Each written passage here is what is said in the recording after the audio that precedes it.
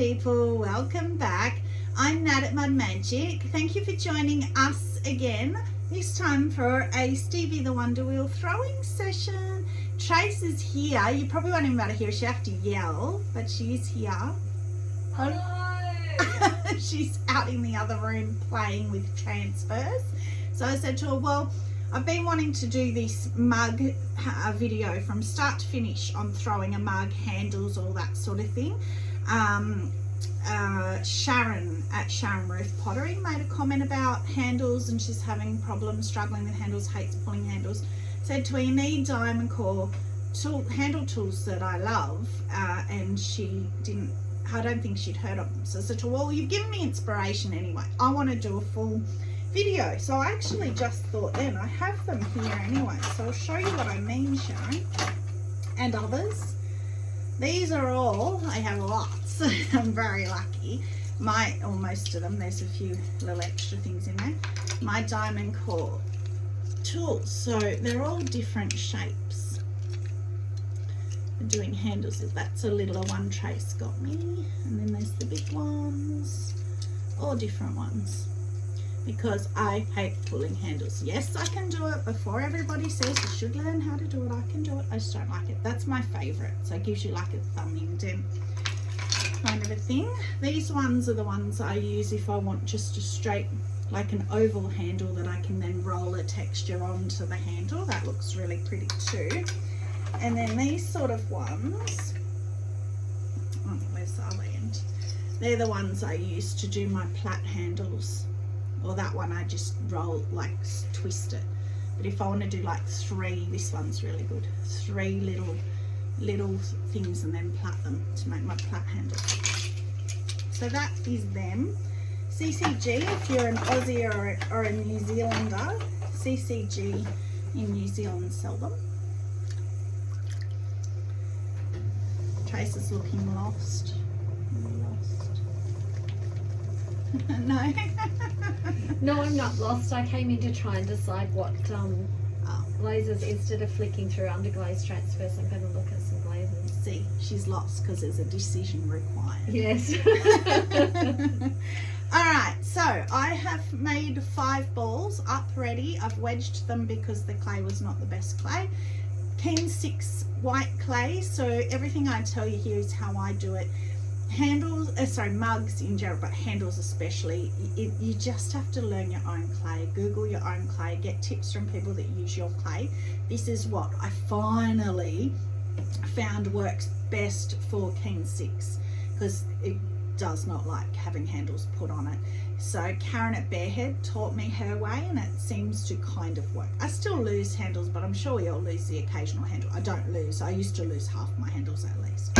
So this is my first time back throwing since a few days before Christmas, because before my market, so it feels a bit weird. So this is the very first piece as well. So yeah, no judgment. We'll just have fun. You know I like throwing when I just have fun. So what I wanted to try and do, I'm just sticking it down on the wheel first, is throw a few different shapes, and then do a few different handles when we get to that tomorrow, but it'll be instant for you guys. I will try and maybe even do a plait handle, just show you how I do different handles, how I alter the diamond core handle tools. I kind of cut them open sometimes and alter them. So this clay is new clay, but it's leftovers from when I've done slab building.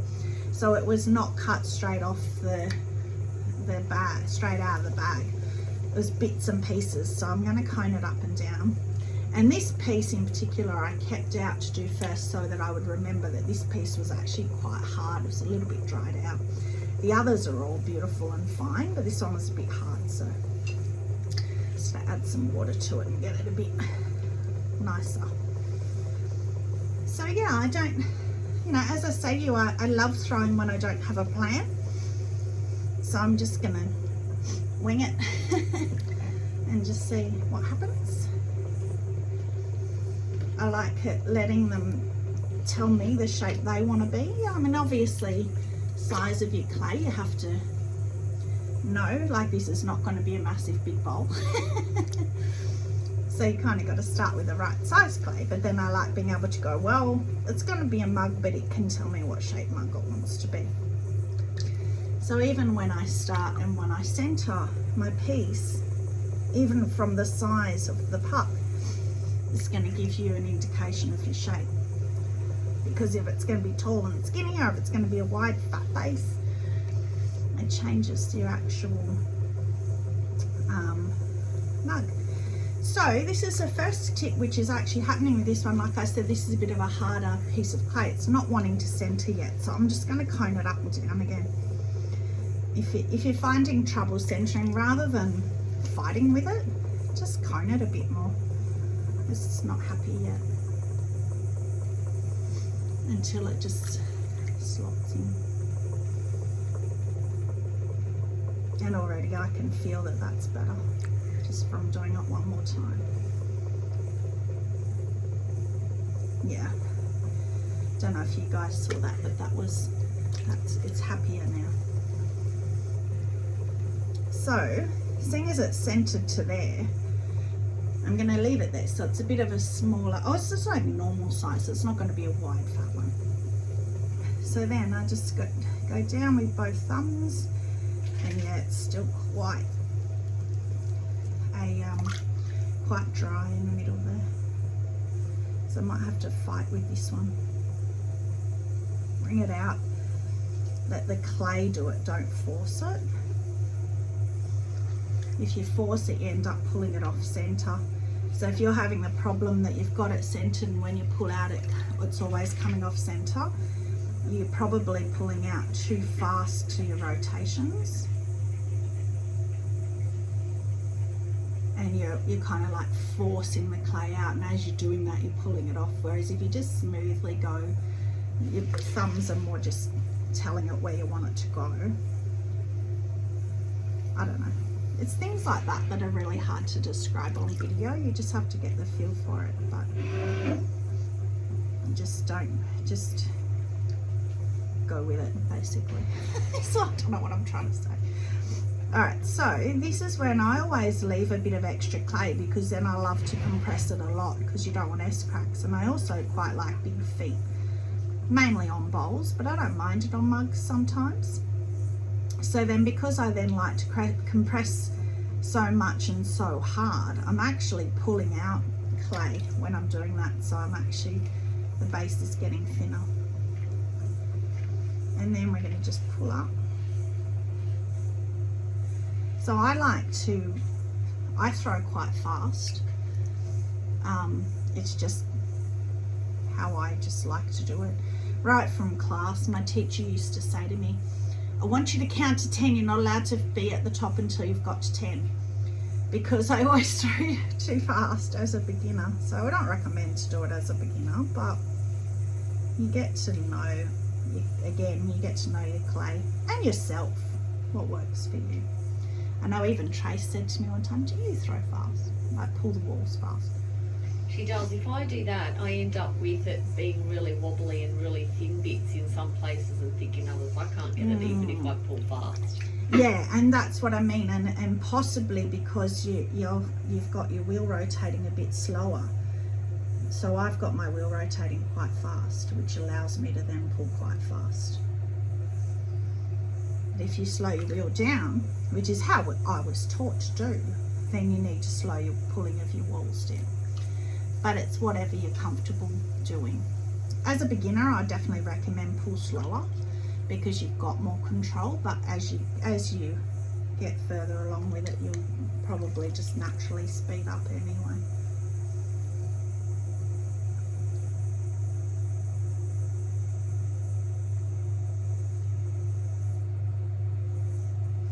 So I wasn't counting, but I generally pull maybe 4 times, and then even on the 4th, depending how much height I've got, I start shaping it even on the 4th pull. But I don't, I'm not too worried. Who cares, as long as you get there in the end. But your clay will start to not like you if you play with it too much. And I think that's where I've never been able to get much height because I pull really slow. So by the time I try to get something that's quite tall, I've done like 15, 20 pulls and the clay just doesn't like it. No, yeah, even now, like I've done, I don't know, you guys can count, maybe I've done 5 pulls and it already to me is feeling, and this was a hard piece of clay, so if you did that with a soft piece.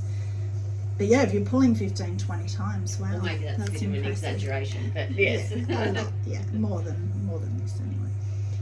But yeah, I think if you, especially if you're a beginner, so now I'm just going to try and give him a bit of a belly. If you try and aim to pull a cylinder 4 times, and then fill your walls and feel where you're at. Keep going, but see where you can get to in 4 pulls. And it's really, it makes you pull a bit harder, I guess, to get that clay up so that you're not stressing your clay. So I quite like that. I think that'll do for mug number 1. Let's give him a bit of a better lip. My belief is it's nicer to drink out of a thinner lip, so I like to thin from where your lip is going to sit, which is kind of down here. You want it thin and in a bit. You can see that's going in because that's where your lip's going to go in. So it's my choice, again, art's choice, but that's what I like. So, seeing as I have all this clay here, I'll show you the tools as I go. So the sponges I like, and again, this is just what I like, use what you like. But I like this one for my working sponge, this one for my finishing sponge. These are my favorite. I just love Mud Tools white sponge. Most potters use Mud Tool white sponge. And a chamois, I just got a car chamois and cut it up into strips. Great for finishing off rims like that. Yeah, I stole a strip off my husband's car chamois. He didn't even notice. I stole his whole chamois. He never said anything, but I'm sure he noticed. Cut the whole thing up. Trace is kinder than me. I took the whole thing. So yeah, I don't know. He never said anything, surprisingly. This, look at how rusty it is. Every single piece that I pull, every single piece, without a word of a lie, I use one of these. Every single one. Even my flop bowls that I don't use it on now because I turn them upside down. You don't want to cut the clay if you want to stick. I'll still come back and use that when I'm going to get it off, when I'm going to wire it off and get it off to get rid of the excess clay. It is one of my favorite tools. Love it. I actually even have somewhere, oh, I won't bore you, just believe me, a backup one. So if I lose this one, I've got a backup. That's how much I love it, because you know, tools end up in the bin. I have, touch wood, never lost it, probably because I have a backup. I've never lost it.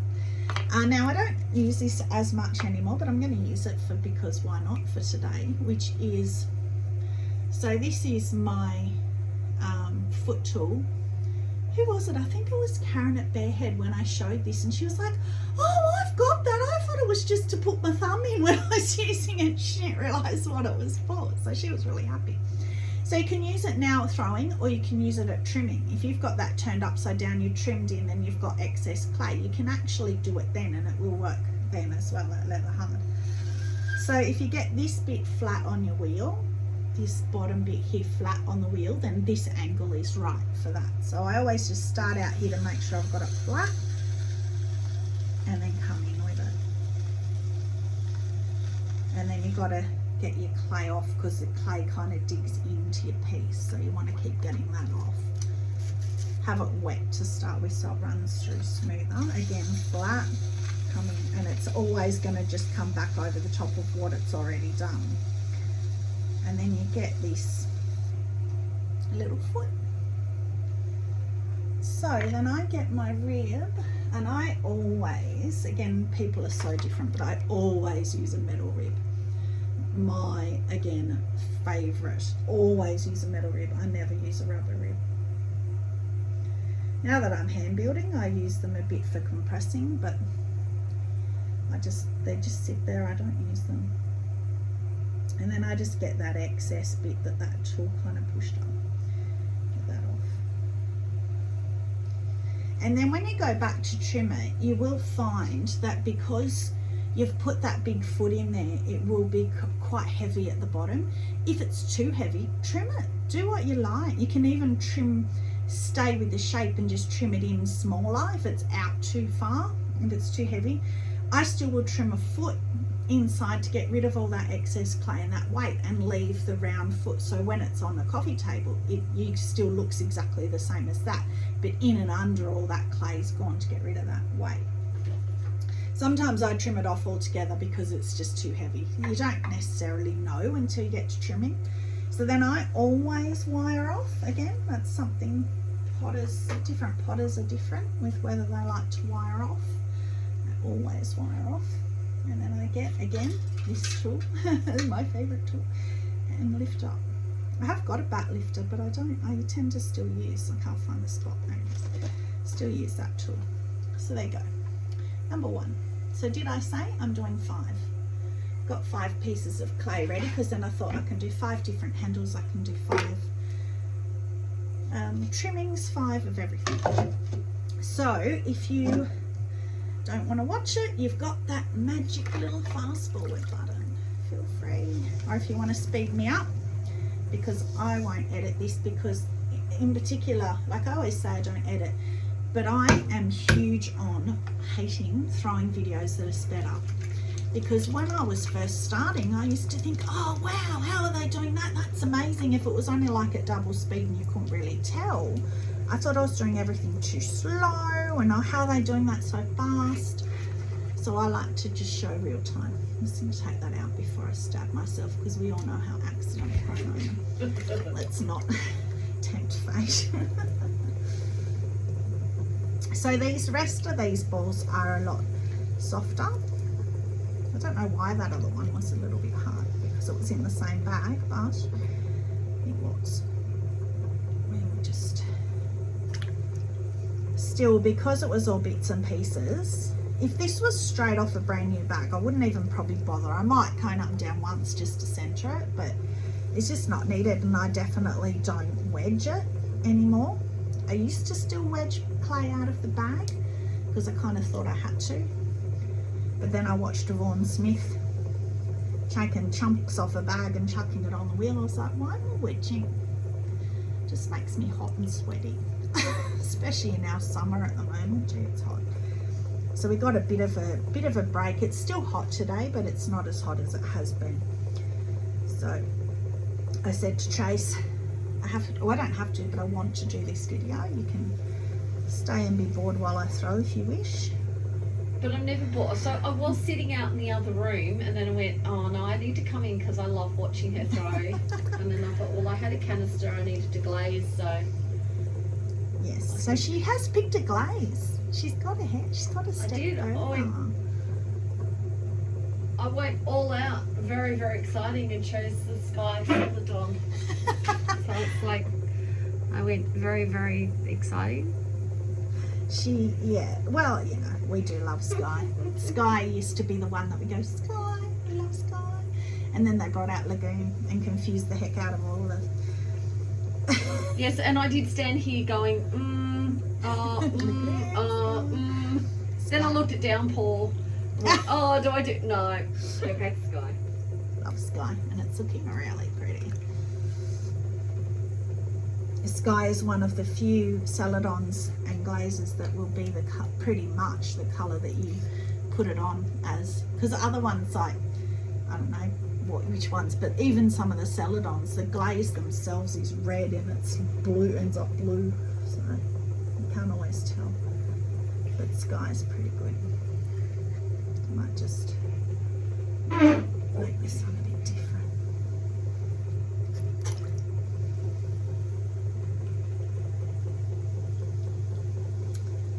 Okay, shouldn't have done that because now it's not happy. This is what I'm saying. I prefer doing what it wants to do.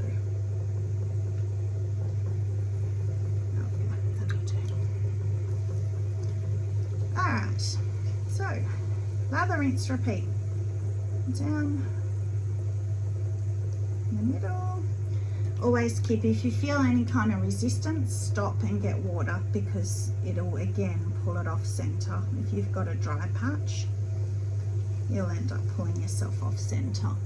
So I don't know whether you noticed that went out a lot quicker and easier. That's because this one's a little bit softer than the last one. So that's why I'm saying it's hard to explain how fast or slow to pull out clay, because it just depends on your clay. It's all different. You just let it go. You just put gentle pressure and let the wheel do it and let the clay do it. So just compressing again.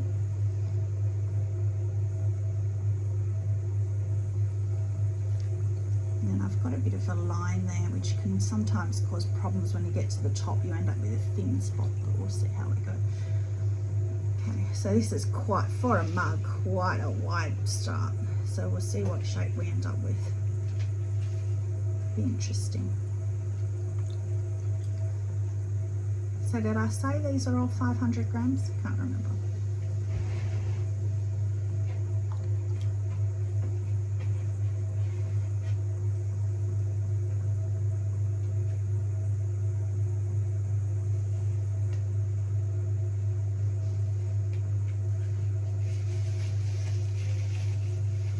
Try to always compress your rim down like that, especially if you get it coming up to a peak. So push it down because you don't want to be really thin at the top. So you see how I don't see many potters doing that, but I use both pinkies on each side to push my clay back in and to get that ridge that you're going to then pull up. Usually potters would just do it on one side, but sometimes I find that that then pushes my clay off center. So I've just got in the habit of always kind of hugging my piece and sticking my pinkies in. And now that's just how I throw now, it's just habit.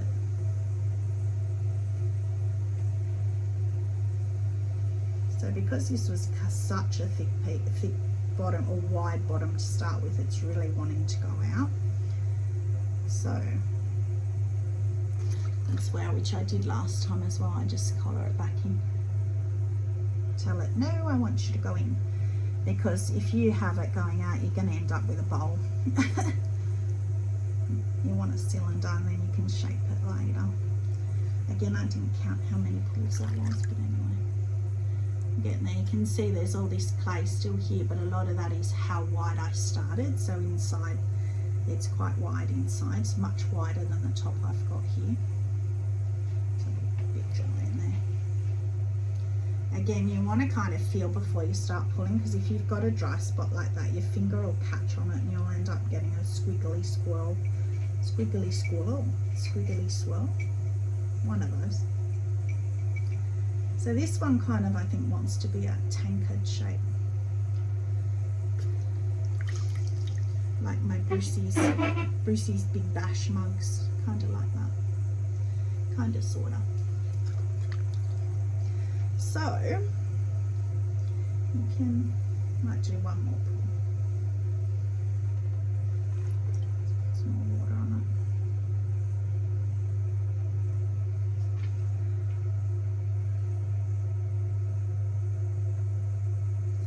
So I'll bring it in to the middle and then I'll bring him out at the top. So it's like that tankard shape. So that's how I pull my Brucey Big Bash mugs, if you guys have been wondering, the ones that I put the plaques on. That's how I do those.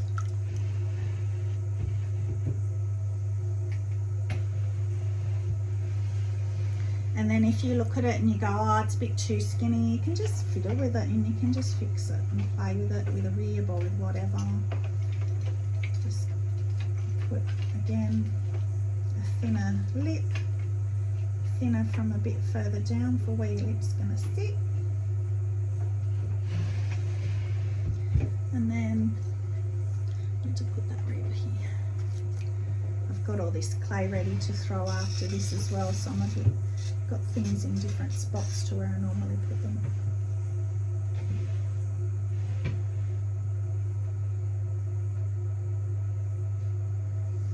So maybe next one, because I quite like the shape of that one, we'll play with the shape and change it around after and try and get fancy. But that's often quite dangerous to do that. You end up collapsing. So I'll give a disclaimer right now. I may end up collapsing the piece. So I used to, if you just saw then, I put the, or I think I had it round here, you couldn't see. I put this tool up like that.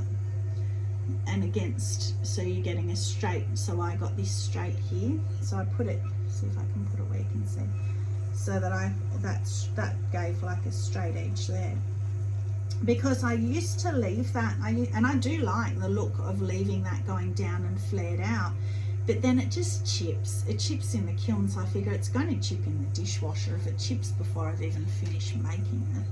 So I tend more to do that now. So when I trim that, I'll trim in more here and just define that shape, that curvy shape a bit more in the bottom here, and just get rid of that. So you can help your piece and your shape a lot of trimming, which we will see actually. I'm going to go right through so you'll see it.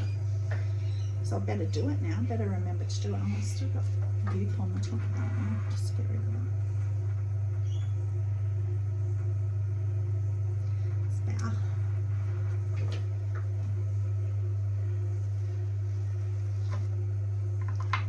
So yeah, don't worry about too much when you're throwing, because you can always get it at trimming, which I know a lot of potters will say, oh, you should throw so you don't have to trim much, but you know, whatever gets you there. So there's two very different shapes, which is what I wanted, so that's good. So I don't even know what I mean by changing the shape, so this could be interesting. Could be fun. We'll go in one direction and then we'll change and go a different way and see what happens. And again, you can't do it too much, because your clay's not gonna thank you if you play with it too much. But why not have a bit of fun with it?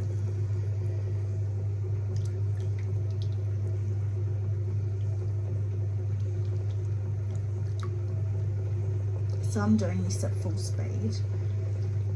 And I only ever, unless I'm doing something really intricate, like a big vase and bigger things, you need to go slower with bigger things because of centrifugal force. It's a big word for you. Fancy. See, I do know some big words. If it's a big piece of clay, it will flop. It'll just go out and just collapse. You need to go slower. But when I'm doing anything small like this, anything up to probably about a kilo, kilo and a half, I don't go anything below medium speed. Personally, again, this is all just what I do. That was another big thing that I have learnt. There is no right and wrong with pottery. There's certain must-dos like centering. It's pretty important, but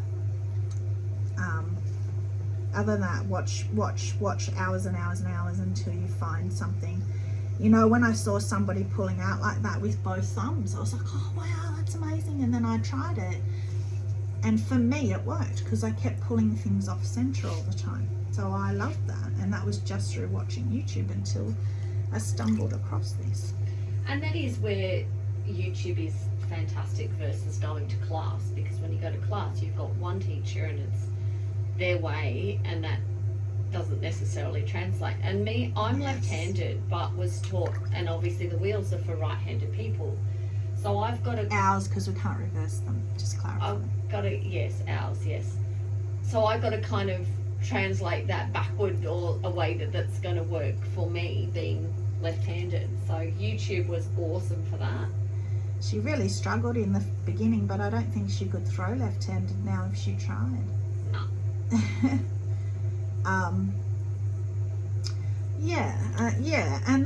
And our teacher, I don't know, did you have Pete?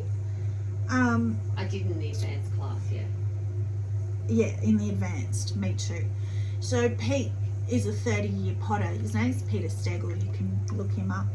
He's a 30 plus year potter. Amazing potter. He can just get on the wheel and throw, and he just blows my mind. And he even got a piece accepted into Parliament House in Australia, which is like America's White House. Like, it's a big deal. So he's an absolutely brilliant potter. However, he is very stuck in his ways. So he would teach you the 30-year-old way that he's always thrown, which is fine, but he won't is no flexibility. And if you go to class and do something a bit different because you saw it on YouTube, oh, why are you doing it that way? You shouldn't do it that way. You have to do it this way. So I quickly learned that I had learnt as much as I could because it was only in the one way. You know, I love him. Love you, Pete. You'll never watch my video. But you need to get the difference. And even within Centered Ceramics, where I grew up in my pottery life, their teachers within will teach basically the same, but they will show you little different techniques and stuff. So everybody's different. And even actually that, I'm not even talking about my hands. Like, my hands are so different to a lot. Well, I don't even know they've ever seen anyone throw wonky like that. When I used my middle finger, you didn't even know, didn't even see. So like most potters will go in, and I do that as well, but I will pull, like I'm using my middle finger and I'll put this finger on this hand. So I'm actually using my middle finger.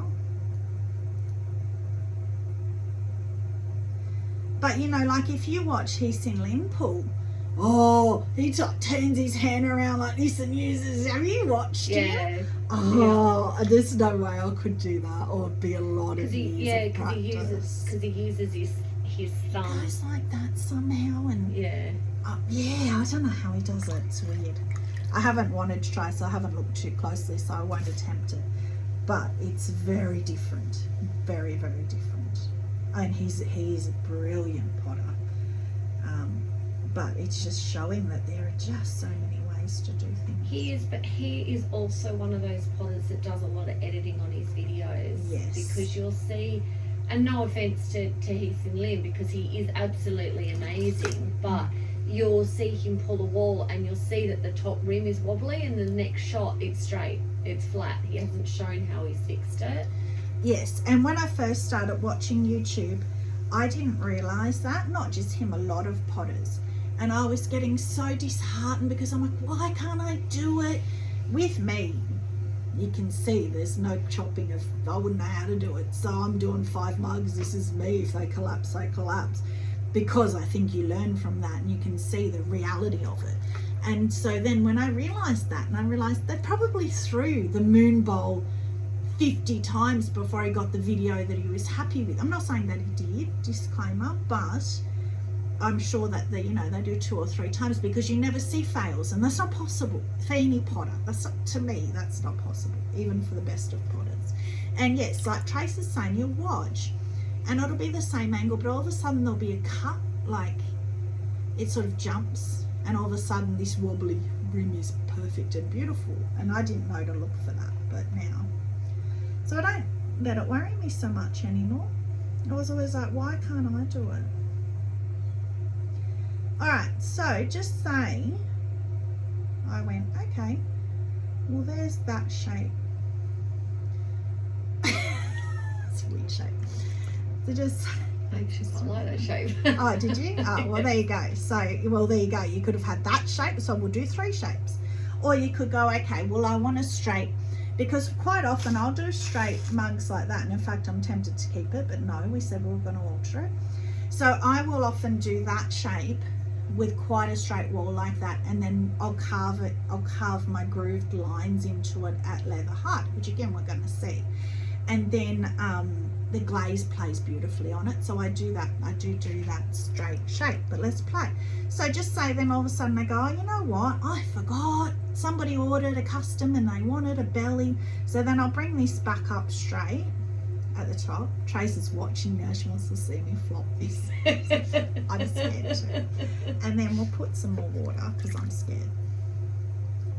And then we'll go, okay, well we want a totally different shape, so let's just go.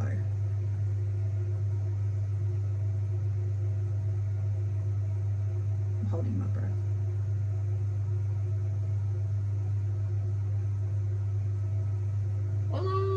Ta-da!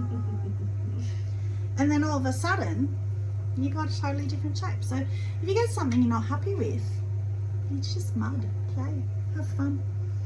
That's actually, no, you know what? That's too similar to the first one. Ooh. Let's go back. It's really getting unhappy now. So I might go back to that straight shape and then do that carving and trimming. But at least I did what I said I was going to do. See, now I've put a metal rib in water. Oh, it's so dangerous. Don't do that. These things will slice you open so easy. I've done it many times. Many potters have, not just me. That's not just a me, that one. The metal ribs, they're just so thin and so sharp, but it's very easy to cut yourself. Like when you do that to get the clay off, I've sliced through my thumb.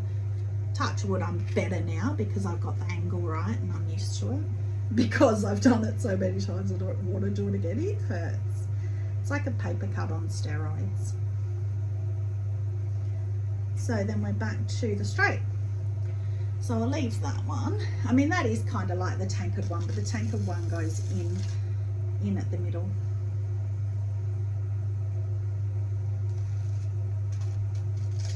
Get all that off.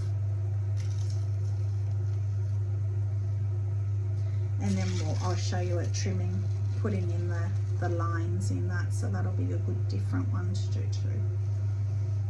And then I've got a diamond core handle tool with lines in it that looks really good with the lined ones, if I remember. But that's the thing too, like you can have exactly the same base shape, but then in trimming you can make it a completely different mug. So true.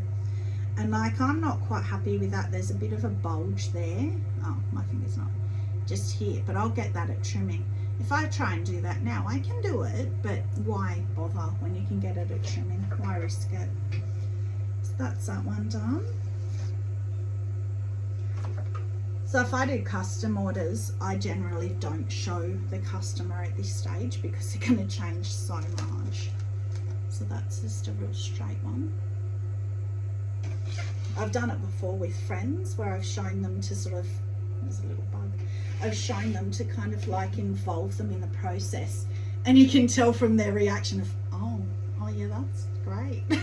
It's nothing like what they want, but it's not the finished product. So I kind of stopped doing that because I can envisage what it's going to be, because they're not potters. They don't realise there's a lot still to go. All right, number 3. So what were we just talking, number 4 already. Number 4. What were we just talking about that I was going to do? Or was I talking in my head? I think I was. Yeah, it was in my head. I know She does that a lot. I do. Oh, but I told you that. No, you didn't. You told me in your head. A swirl, or I shouldn't even say because I'll probably jinx it, but one of my, what do I call them? Not a swirl mug, like the in and out. They're really nice to hold because they feel your fingers go into the blobbles. A blobbly mug. There you go. You call it a blobbly mug. Which there are 2 ways to do it, but I have a better, more preferred way now.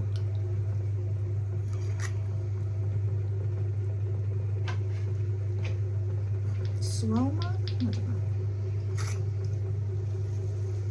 I could do one of my faceted mugs, but I've already done videos on those and they're more time consuming. So if you want to know how to do those, you can go and have a look.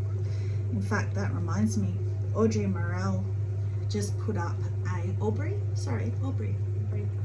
just put up a kiln unload, and she had done all these pieces in Indigo Float, which has inspired me. But she did this beautiful, massive big bowl, and she faceted all the outside, but straight faceted. She didn't swirl it, and oh wow, I'm going to do that. I want to do that. I might just come that one more time. And then maybe we'll let Trace pick the last shape, so have a think while I'm doing this. She doesn't like choice, so I'll give her some warning. Only because I can't think of one more to do. Don't put me on the spot like that. Well, I can't think of one more. I mean, we can have a duplicate, it doesn't matter. I do like the belly shape. Dig it up and have a look without bumping the table. Well, we haven't got the traditional, oh, you know, the thin belly and up. Maybe that's what we should do. So I love that shape. That's my favourite shape. There you go. So, that one's sent. So that's good. So with the ones that I'm going to do now, the swirl mug, which You'll see what I mean in the end. But I start with a smaller higher puck, because I want it to be taller and thinner to be able to get the grooves into it. You need the height to get the grooves in. If that makes sense. Do you like how I asked Trace her opinion and then I decided for her? She come over to have a look at what I'd already done. Oh no, let's just do them. Sometimes I realise that it's just her talking to herself, that she doesn't want to be crazy and talk to herself, so she adds my name in there just so that she's not just talking out loud. It's true. It's very true. And that's why I think half the time I do talk in my head and wonder whether it was out loud, because I'm never quite sure whether I actually said it or whether it was just still in my head. Because even when I talk out loud, I'm still really talking to myself anyway. And that's why sometimes when she goes, no, I didn't know about that, I'm like, yeah, I told you, but she didn't listen because she thinks I'm talking to myself. Or I actually haven't said it. That's happened many times. So I just put it in Messenger now, then it's in writing, and I know I said it then.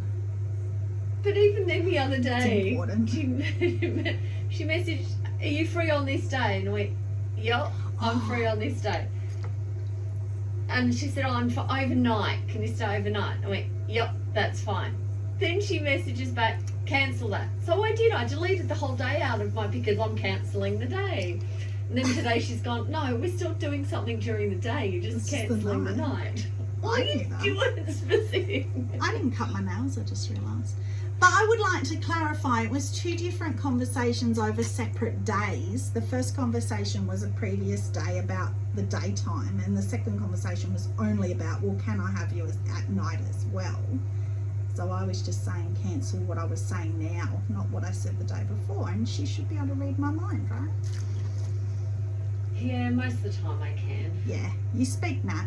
I do speak People that know me know you need to speak Nat, or it just doesn't work. Now, I have a, what's it called? Hole, lump. Bubble. Bubble, no, what are they called? Air bubble. Air bubble, yeah, couldn't get down. See, she reads my mind. So I just literally drag the needle tool through a bit, like open it out, and then the clay that's pulled out I push into the hole. So the air bubbles because you didn't wedge it well enough? Yeah, but yeah, and cone it as well. I probably should have coned it a few more times, because it's, if that was straight off the bag, you're less likely to get them because it's been pugged before it's put in the bag for you. But because this was stuff off Stella, my slab roller, it wasn't very nice clay. So yes, I've missed a spot. And now you can still feel it, and you're like, is that another air bubble or is that the hole I filled in? And if you don't pop them, they can sometimes, not very often, but they can sort of bloat in the kiln. So if you get the odd little bloat and you think, why is there like one? It's probably an air bubble that has then bloated. So I try to pop them just for that reason. And maybe that's why I don't get them, because I pop them. Karen at Barehead told me that when I got one, and she said, I'll bet you it was an air bubble. So again, I'm very lucky that I've got this little community around me, and we now have a chat with myself, Trace at TJ's Clay Creations, Karen Barehead Pottery, Vicky at Kookaburra Pottery, and Jane at Shoebox Pottery. We have a little chat, and it's great for all these little things, you know. And crazy Instagram videos. And encouraging us to spend money on Tamu and glazes and glazes in particular. Oh my goodness. Talking about glazes, in my live we all got crazy excited about the new Amico Flux range that Trace and I hadn't even heard of, didn't even know about. So of course, what did I do as soon as I finished the live? Jumped on CCG. They were already selling, pre-selling it, because of course Australia takes forever for us to get glazes. So I have already bought them. Now I'm just waiting for them to come in. I don't know, I haven't looked up release dates, whether they've been released in America or not. See, my wheel's going a bit slow, that's why I'm pulling this one slower. I've slowed down without realising. So because of that air bubble, that rim, it's not too bad, but it's a bit, I can feel lumps in it. But I'm not going to worry because we're going to make the globally one. And I don't know how well I'm going to be able to do this because I forgot to cut my fingernails, and this is where they'll really dig in. So I took the water out of the bottom, now I'm putting water back in because I want it on the walls, not in the bottom. And then what I generally do with these is I will cut all this excess clay off because I want it pretty much straight, not perfectly straight. I'll get rid of this first before I do my blubbering.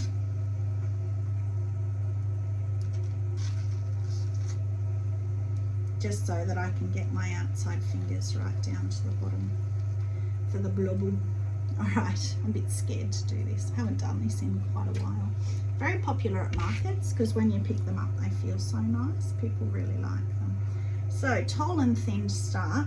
Now what you can do, and what I used to do, is you can go one finger in, two out, or the opposite, whichever. Start at the bottom and go up faster than what you're spinning your wheel, and you'll get a swirl. Used to do that, but I had a lot more fails doing that. It's just a lot, not as easy. I don't know. So what I do now is I go down and I go and I push out and in. Whoa, that wasn't done very well. And then I'll put my bottom finger in that same one and then just push this one out more. And then I don't know if I have room for one more. I don't think I do. I'll make that the rim. And then you can play with it. And you can do your rim. And then if I pinch the rim up and realise I do have room, I can put another one in there. Which I'm not sure, it's like half a, I've got half a spot. I don't think I have quite enough room to put one. If I put one there, kind of like, no, that didn't work. Yeah, it did. Did it? Yeah. Okay. So, now, yeah, my nail dug in because I've got all clay under my nail and I've got nail marks inside. So then you can bring that back in a bit.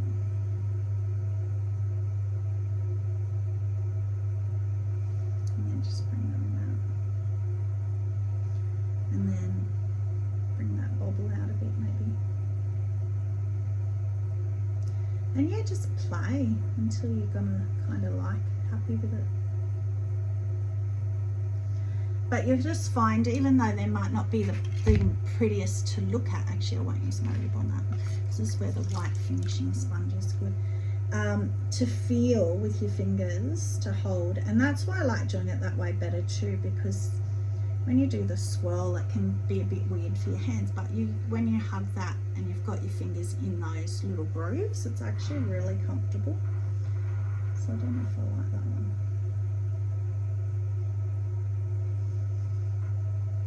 So yeah, anyway, we'll just see what we do at trimming. And those ones at trimming, you generally just trim the bottom. They're a lot easier because you don't want to muck up your shape. So then the last one, I will try and do my favourite shape. But it's one of those shapes that if you try and do it, it doesn't often work. Or I get too big of a belly, which is fine because I love belly mugs anyway, so that's fine. And I'll put that one. Right, so there's that one. That there somewhere. And then last one, the shape that Trace chose. See, in my head, she chose it. Yeah, I telepathically sent the shape to her brain. That's it, yes, because all of a sudden I was saying, I can't think what to do. And then all of a sudden I was like, oh, ding, I know what I'm going to do. Because Trace sent it to my brain. All right, last one. Let's hope this one works.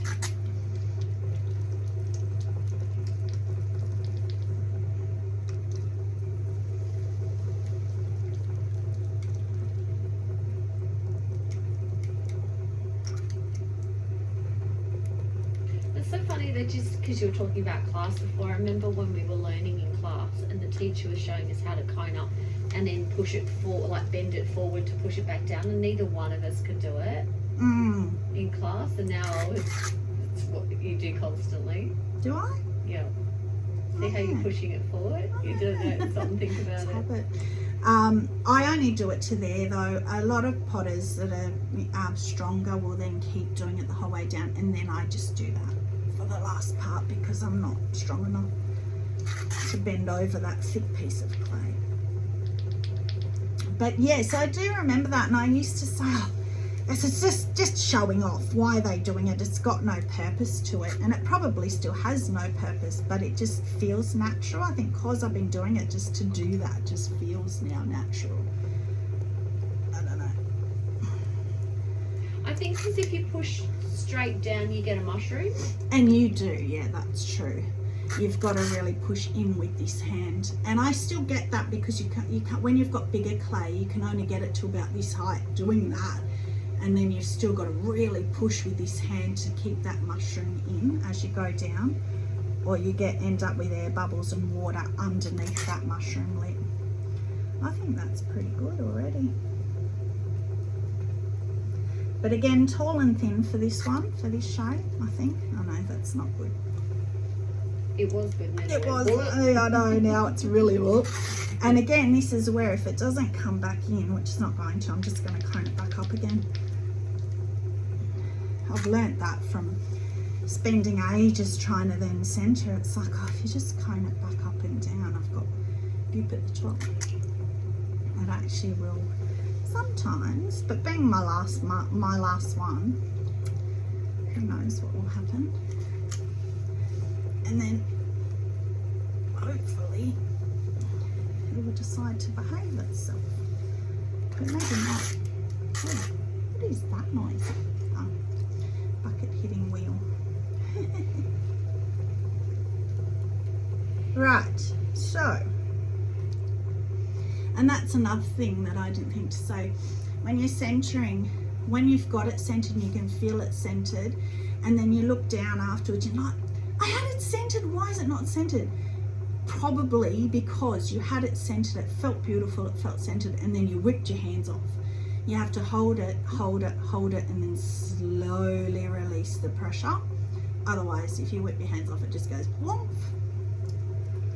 Like that through YouTube watching as well. Well, we did learn that in class too. Well, yes, we did do everything slow, but it's funny until you find somebody that does something that clicks, or they say it in a certain way that you didn't really get it until somebody says, you know, is this happening, this is why, and explains it. And then you're like, oh, so that's why. Or could be something from class that you forgot you meant to be doing. Now that has come off center a bit. So what you can do as well, if that happens, this piece of clay does not like me, is that you can pull out. So I've got my fingers inside, I'm pulling out and I'm pushing in with both because I'm trying to center it. I'm not trying to pull that center out anymore. I'm just trying to get it back centered. No, that didn't work very well. So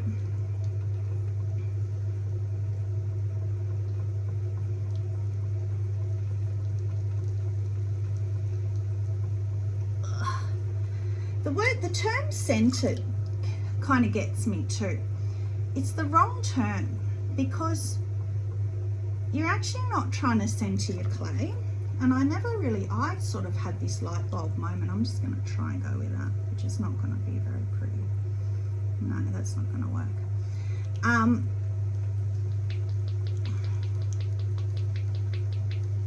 When you put a ball of clay on the wheel, and I should have shown you this with this last piece, that's not going to work. So again, this to just show you can fix it. I'm not happy with that. So if you put a ball of clay on the wheel, regardless of where you put it, it's always centered, which is going to sound weird. You're not actually centering clay. So if I place this ball of clay over here, this dot here is already centered. So it's going to be hard and you're making it life hard for yourself. You can still center it, because what you're doing by doing this, you're actually just evening out this part of clay. This bit's centered. You're not moving it. It's not going anywhere. So you're not trying to move this clay. You're trying to even out. And this center dot out, you're trying to even it. So it's all the exact same width, if that makes sense. You're not moving this centered dot. So really the term centering is not an accurate term. You're not centering, you're evening. Does that make sense? No? Yeah. Yes and no. Yeah. You're just making the whole, but you are making the whole puck the centre of a larger circle. You are, but you're not moving that center point. No. It's never going to move. So if you're trying, as a new potter, if you're trying to move the whole puck, that's not what you're trying to do. You're just trying to center, you're just trying to even it. Mm-hmm. Yeah. So if you think of it as evening it rather than centering it. Oh, that's better. So now, because I did that, guaranteed there's going to be all kinds of air bubbles in the middle of this.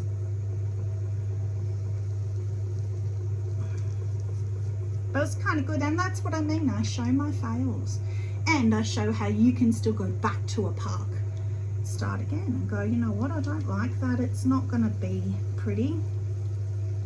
It's not going to pull up nicely. So I'm going to collapse it and start again. And yes, it will weaken your clay because you've added all that water to it, and it's, you know, it's not going to be too happy with you. But it really does make a difference if you spend the time centering. Like I used to get annoyed because I struggled with centering, because again, being left-handed, the pressure I needed to put was on the wrong side. It was backward to me. So I struggled with centering. So I used to go, I'll stick it, and I'm getting impatient, and then I would just start. And then you'd end up with really uneven walls, or it would then just flop, and you wouldn't end up with a piece. And that is exactly what I could have done there, especially videoing and getting, you know, feeling embarrassed and feeling stupid. I could have just kept going and just tried to fix it, because you can fix things as you're throwing, but it makes my life a whole heap easier to do what I just did. Because look at how much nicer that is to what it was. It was just, I mean, I don't even know if you could tell on video, but it was bad. It was not going to be, yeah, it wasn't going to be, it wasn't going to play nicely. So at least now, it's still like I just dug my finger in because it's quite wet now. So I just got a chunk of clay. That was because it's just a bit weaker. So I'm going to have to not play too much with this now.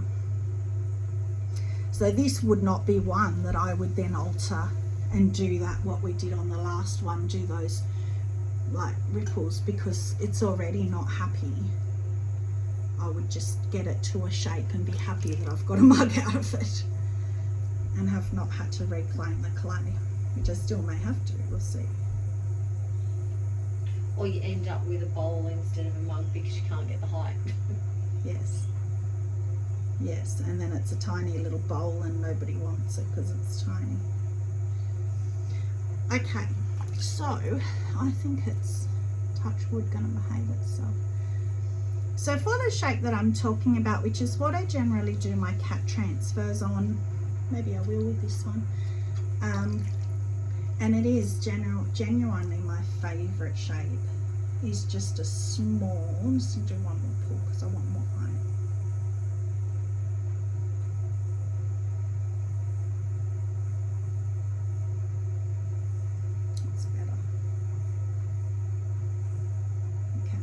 Better.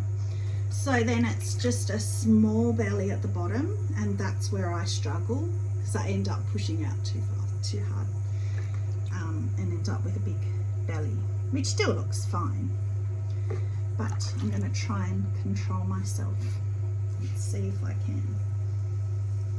So we go down to the bottom.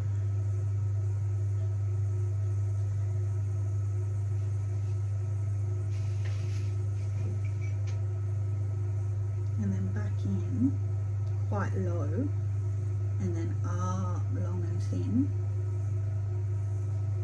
and out to the lip. and then you play with it.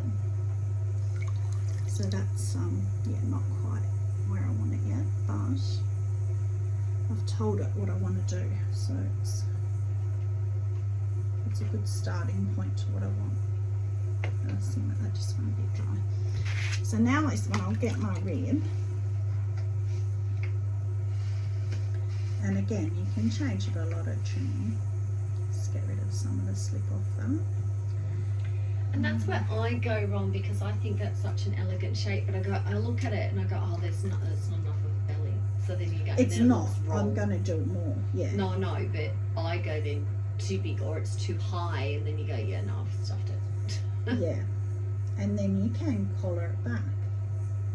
So that's more, and then that's gone right out. So now that's more the belly I want, but I want it to come in lower. So then I'll collar that in, bring it up, but then you still want that lip, so I'll bring my fingers out at the top. See, so it's getting more, and then if I want it more, because it's looking a bit like a vase at the moment, so that's kind of the shape I'm going for. I actually really like that. And then you can tend to get a bit of a harsh line there, so you just bend that so it's like the shape of the curve that you want, and you just kind of curve it.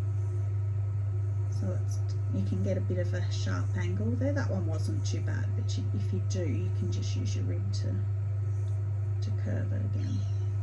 So that's kind of what I was going for. Pretty. Yeah, I like that. So there you go. I think that's my favourite shape to do. And how good is that I went back and collapsed it and did that, or I wouldn't have got there. So because this one's so thin, I'm not going to stick my hand in there because I'll ruin it. So I'm going to use my sponge on a stick that I love.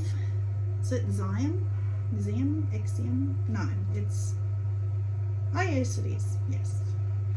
And then I'm just going to get the water out of the bottom, because that's another way you'll get S-cracks if you leave water sitting in the bottom. And then I'm just going to trim that. And again, these look quite good with that bobbly blobbly bottom, that foot bottom. Should I do one of them again? Sure. And again, because this is quite thin in here, it's not going to be too heavy, so it's quite a good shape to put the blobbly, this foot on. And again, I can take it off at trimming if I'm not happy with it. So again, flat on the wheel and then go in and pick up your clay. And just let the tool do its thing. Get off this clay because it's going to push it into the mug. Bring it back up, go for it, and go in.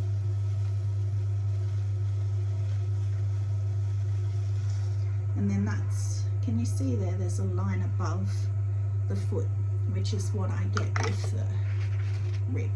So just take that off. And again, you can get it at trimming, so it's not a big deal. And then you've got a little blobbly foot. Yeah, it's cute. Yeah, maybe it's a bit wide for the mug, but again, at trimming, I can keep the shape with this little tool is so great for fine trimming. So it's really little, and to get in and around those tiny little feet areas, it's fantastic. I love it. Again, can't say it, X-I-E-M. Xiam, Exium, Zim. I've heard so many different pronunciations.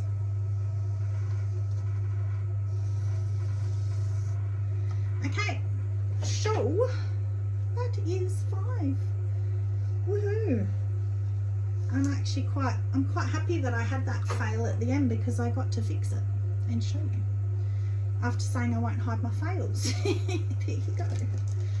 So, oh yeah, no, that foot is quite nice. Yeah, I think I like that. So we will come back and we will trim them all and show you my giffin grip, have a bit of a play. So I will say goodbye, but it'll be a couple of days for me, or a day, but in about 2 seconds I'll be back. Bye. Say bye. Bye. Trace won't be here because it'll be tomorrow, not today, but today for you. Hi everyone. everyone, welcome back. It's trimming day. So exciting, I love trimming. So the first thing I do with the mugs when I trim, before I trim, is the handles. With my Keen 6 clay, the handles have to sit up for about an hour. So I just do them first. So the first thing with, again, the Keen 6 clay, you can't use, or you're best not to use straight off the top. This is a new, just out of coincidence, this is a new bag of clay, but even if it wasn't, even if I was down here and it had been sealed and everything, I still take the top layer off. I don't know why. This is all the little tips I've got over the years, and it has helped me. So I turn that over as well, because there's no reason why I can't use that side. So I only need 5 handles, so I might as well start with that side. So I just, diamond core, sorry. I'm just using the diamond core handle tools just to show Sharon, but I mainly use them anyway. So they're all diamond core except this one. I'm going to do my plat handle because I talk about it. Oh, and this that I just used. Oh, I love this. If you haven't got one of these, this is the one that cut my ankle. It's rock hard, like, or tight, whatever the word is, the wire. And as you saw, it goes beautifully through a slab. Not sure what brand it is. I've got a feeling it might even be Amaco. I'm not sure, but anyway, anything like that. I think they call them a harp. They are fantastic. So which one did I just show you? I don't even know. So we'll start with this one. So that's just the two, has the two blobbles. Been using the word blobbles a lot lately. So you just go straight through the top with it. And there's your handle. Now with Keen 6 clay, so I just get a bit of that off. Use a sponge to clean it up, whatever. With the Keen 6 clay, this is a huge thing I learnt. You have to overbend it. So I curl it the whole way in like that and pull it straight back out straight away. Don't know why, but it made a massive difference. And then I kind of like, I over exaggerate my handle, and then when I come back in an hour, I'll pull it back. And then I put them all on one of these, which I got from what we have here called the Reject Shop. They're just placemats, but they're raw placemats. I don't know what they're made of, but surprisingly, they have never warped. I have used them literally for 3 years. They have never warped or anything. So with that one, I'm just going to get a knife because I forgot. Where is my knife? Oh, why is it not there? It's not a knife. Ah, there it is. Okay, so that is mud tools knife that's rusty. And this is what I was saying, I'm going to show you a few different ideas. So with a diamond core, I then lay that flat and cut, I know it's not a very good angle, down the middle. No, I didn't do that too well. So I leave the top connected because that's going to be on the mug, and then I loosen these, and then I will, when I put it on the mug, but I'll show you, I'll cross them over like that and join them at the bottom. But for now, I just leave them like that in that handle shape so that it gets a bit of clay memory in that shape. Okay, so that's that one done, so I don't redo it. And then this one is, you know how I said I was going to trim lines into that mug, so I'm going to do the one with the lines. So again, just pull it straight through, and then you've got like 3 lines and ridges on that one. Again, Keen 6 clay, you've got to investigate your own clay. Overbend it and then straight back, and then leave it in whatever shape handle you're going to want, but over exaggerate it. And then when I go to put it on, I can adjust how I want it. So that was not that one, that was that one. The cloud handle, which is one of my favorites. Well, I just call it the cloud handle, I don't know. I love it. So pull that straight through. And then it's like has a ridge in the middle. Again, over bend it, right round, bring it back. And again, this is just how I do it and how I found people have recommended. Karen at Barehead Pottery, she was completely changed how I do handles. And then this is the same one, but I just wanted to show you the smaller version. So this is the exact same cloud handle, but it's a smaller one. So that's done. So we'll go up to here and just pull it straight through. And you can adjust this little tongue bit here in here that goes in and under. You can adjust that so that they're thicker and thinner, you know, however thick or thin you want your handles. So again, that's got the exact same ridge as this one, but it's just smaller. It's their mini version, and there's also a maxi version. I don't have that one. I think they're big enough for any mug I've ever done. I've never even for beer tankards, I've never needed bigger. Still overbend. Again, that's a Keen 6 clay thing, so you may not need to do that. But if you're having problems, so I was having problems that as they were drying, even slow drying them, cracking here. Not where they would attach to the mug, but here. And that's when Karen said overbend it. For some reason, that helped, touch wood. Right, so this little one is not diamond core. I just got this from CCG, but you can get them anywhere. Just a little round circle tool. I've got 3 different sizes. I think that's the smallest one. So the biggest one is really good for hand building coils as well, because you get perfect coil every time. So it's a little cheap for you. But I also use it for handles on its own. So you just pull through this. Sometimes these ones, because they're so thin and little, they tend to break off, but that one was okay. So I don't know if you can see from there, but you pull it through. No, I don't think you can. But anyway, you pull it through the clay, but then when you lift it out with the diamond core tools as well, you lift it from the end that's closest to you. For some reason, I don't know why, if you lift it from that end and pull it back the other way, then it works better. And see, that just broke in half. So I'll just do more. This clay is quite soft. So hopefully I can get 3 out of it. You can kind of like pull your clay away from your piece, your handle. So once you've pulled it through, then just tease the clay away from it before you pull it out, and that does help too. Okay. So if I can get this one out. It's quite sticky, this clay. That didn't work either. Alright. Let's try that again. I only need 1 more.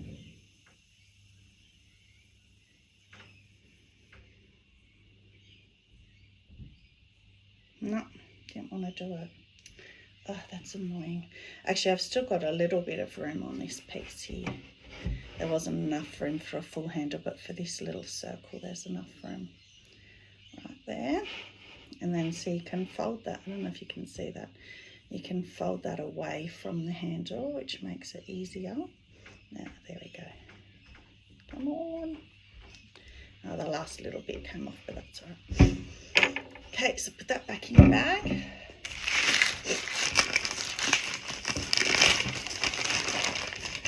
Put that away before it goes out. And these I just got from the supermarket. Just clicky.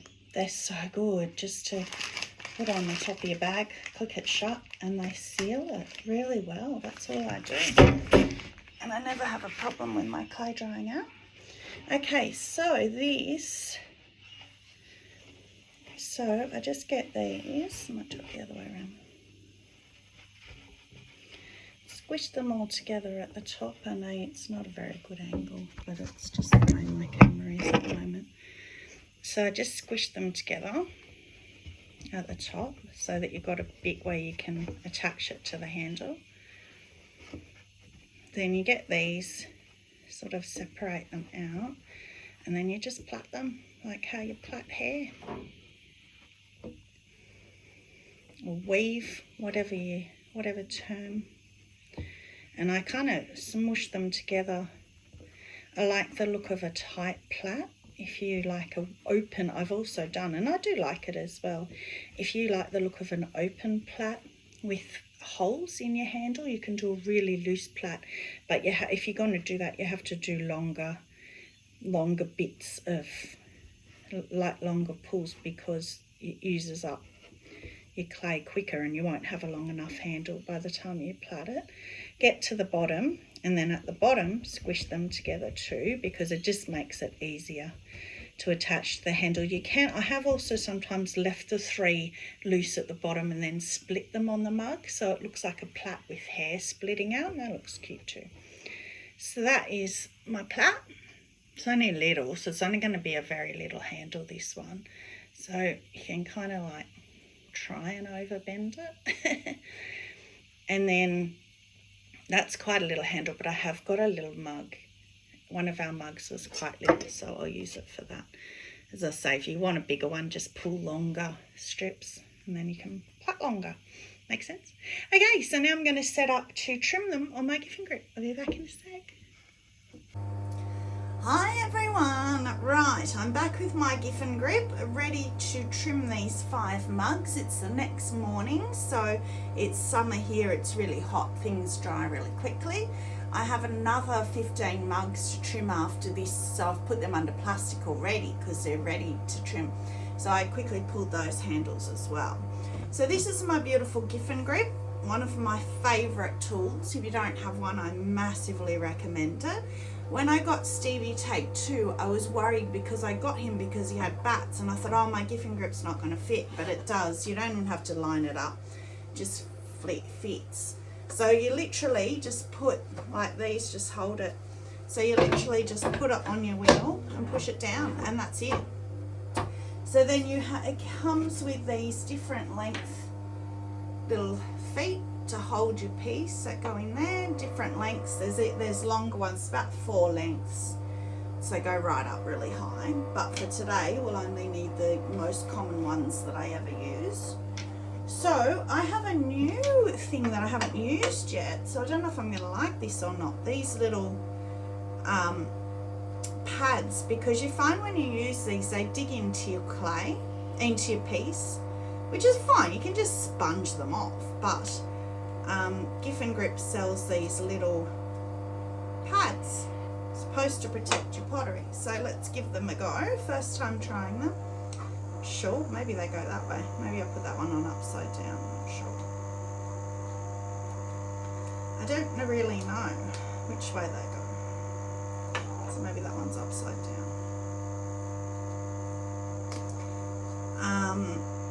And I only got 3, even though I've got about 12 of these feet things, so if I like them, I'll just have to get more. No, maybe that was right, the first one. Don't know. It just sort of looks like it's that shape, but anyway, probably doesn't matter all that much. If they fly off, I'll just take them off, but you don't have to have them. Okay, so, and let us go. So what I think I'm going to do is I'm going to trim them all, and then I'm going to, like, top view's better for trimming the feet for you to see, and then I'm going to move the angle and I'm going to do the sides, because I want to do some things to some of the sides of some of them.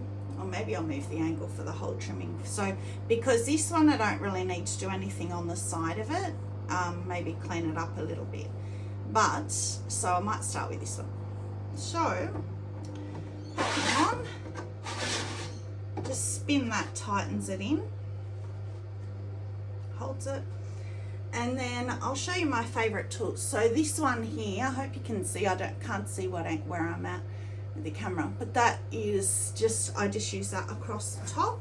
Oh, and normally too, I saw this on Lois Hook Pottery, she cut out one of these beach tubs, so it goes around like that. It's perfect size, absolutely perfect. Cut the base out and then just cut a slit down the side, and it just holds on. And then for the front bit, I just use a tea towel and sort of flop it over and just work like that.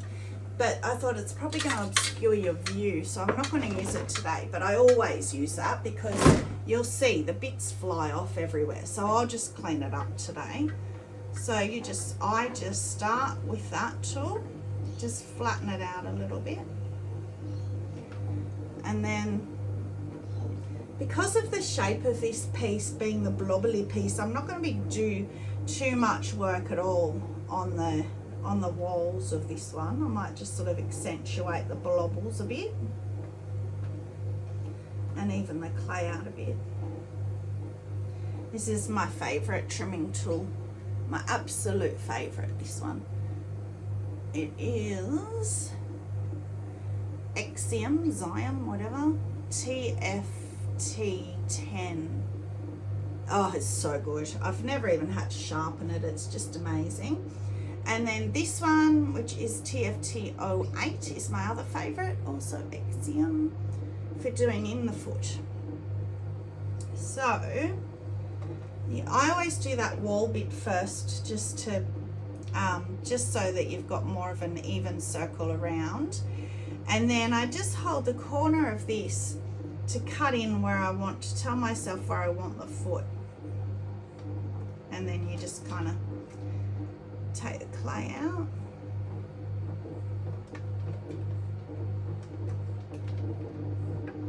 And yeah, it's going everywhere, but I'll clean it up.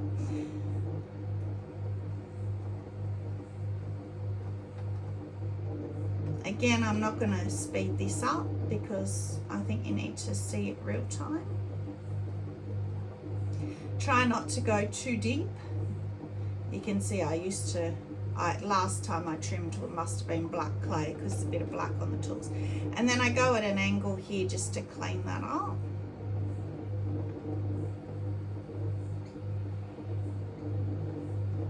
And then I take off just this top little bit because you don't want it to be sharp to scratch people's furniture. And then I take off here. And then you can tap it to kind of like here, but you should also always have a look over your piece before you start so you know how much clay you have to take off, because this corner here I've always got a lot of clay in there, so it's always heavy in there. And then you get just, well, if you've got a maker's mark, so I'm going to use my little one on this. So I got them from Firefly on Etsy. She's fabulous. She'll design it for you and you can tell her what size you want. So I've got 3 sizes. This one's really good for platters, big bowls and things. So I use all 3 sizes regularly. So then what you can do is you can go down. So although it worked really well, those pads, I don't have any marks or anything. So then you can go and you can put your smaller one on if you want to start working on your walls.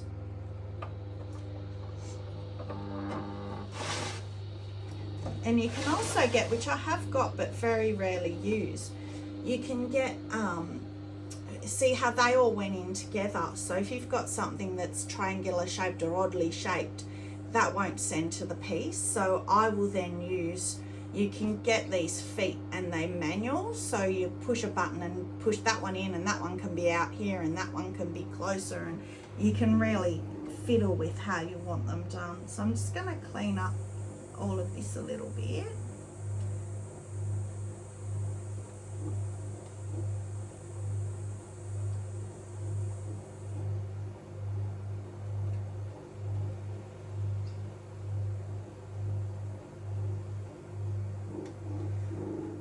And I have also got, which I love as well, one of these spinning discs.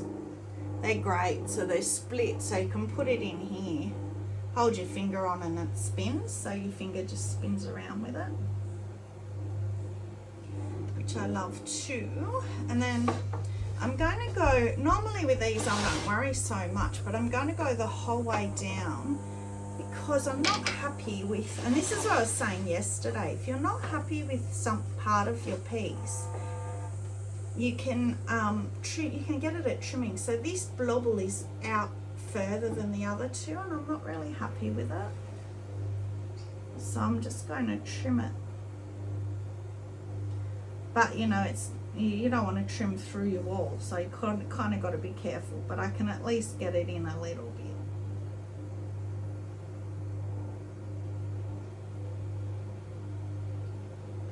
There we go, that's better. I'm happier with that now. So you can also do the other side if you wish, which this one's a bit messy, so I might. So again, the reason for the feet is because, I don't put them here, if I try and trim this only holding down here, it's just going to flop over, it's going to push over. So if you can hold it up higher with the feet, it holds it, it stops it from pushing over like that. So you might find if you're using clay lugs to attach it to the wheel that you have that happen sometimes, whereas this is, that's what this kind of fixes, which is great. And then I showed you yesterday, I think, this little, I love this little tool. So I'm going to use this one just for the rim. I use this a lot, this tool. It had a square end on the other end and it broke off. So I bought another one and have the square end, which I'm going to use later for the sides of a different one. But the other end broke off. So at least I have both ends, which is a bit weird. So yeah, that's probably not a good ad for, I don't even know what brand, doesn't have a brand name on it. So this is also good, this tool, if when you've thrown you haven't gone in far enough in here for your lip, if you think it's not enough. You can go up and over your lip to just smooth it out if it's a bit rough. Just getting into small places, that's great. Now another weird tip that I was told is use a guitar pick. So I'm a bit like Sarah Walton. I like using crystals and that's a river rock to burnish. I didn't do the base, but I usually do. But to go around here, that's a polished river rock, but crystals work as well. I've got some crystals here as well. But these guitar picks work really well to burnish as well. They also work to get rid of, I don't know if you can see that, probably not, but it gets rid of any little burrs and little extra bits that you've got on your clay. So that's really good too. I use them a lot to get in under. If you've got a pot with a lid and you've got the galley, and to get in under the galley and on top of it, the guitar pick works really well for that. So that is that one done. Happy with that. So what I do as well, if I have, because I'll often have quite a lot of mugs or pieces that I have to trim. So I keep here next to me these, I've shown you them before. They're just disposable shower caps. You can get them on Etsy or Temu by the hundreds, and they are perfect. They go over, the elastic holds it, and then because you don't want to be attaching your handle too dry, so I use them pretty much every time I trim, especially mugs, because I don't want that to happen. So this is where I'm saying I'll use that tool, that little tool, to go in here and clean up in there as well. So if you have a look at what it looks like now, I can get rid of those ridges and make that more defined as well.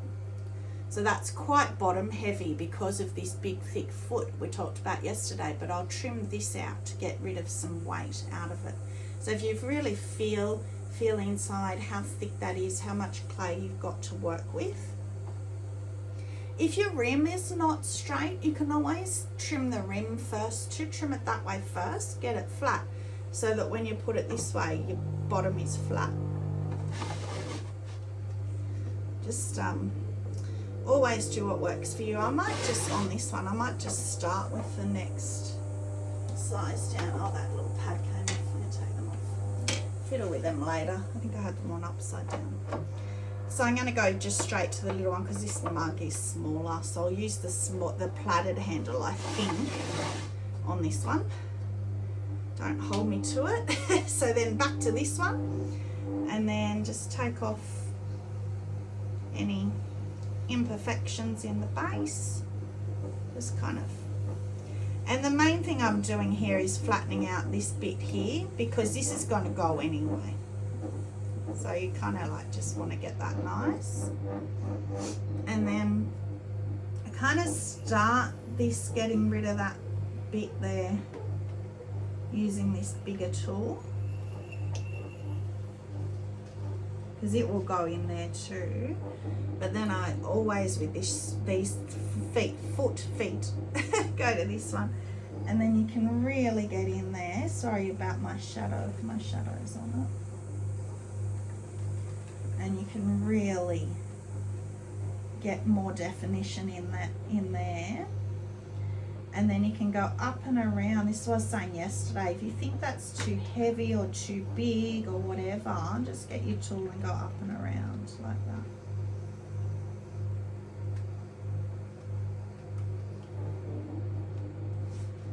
And then back to this one. So as you can see, pretty much I trim everything the same.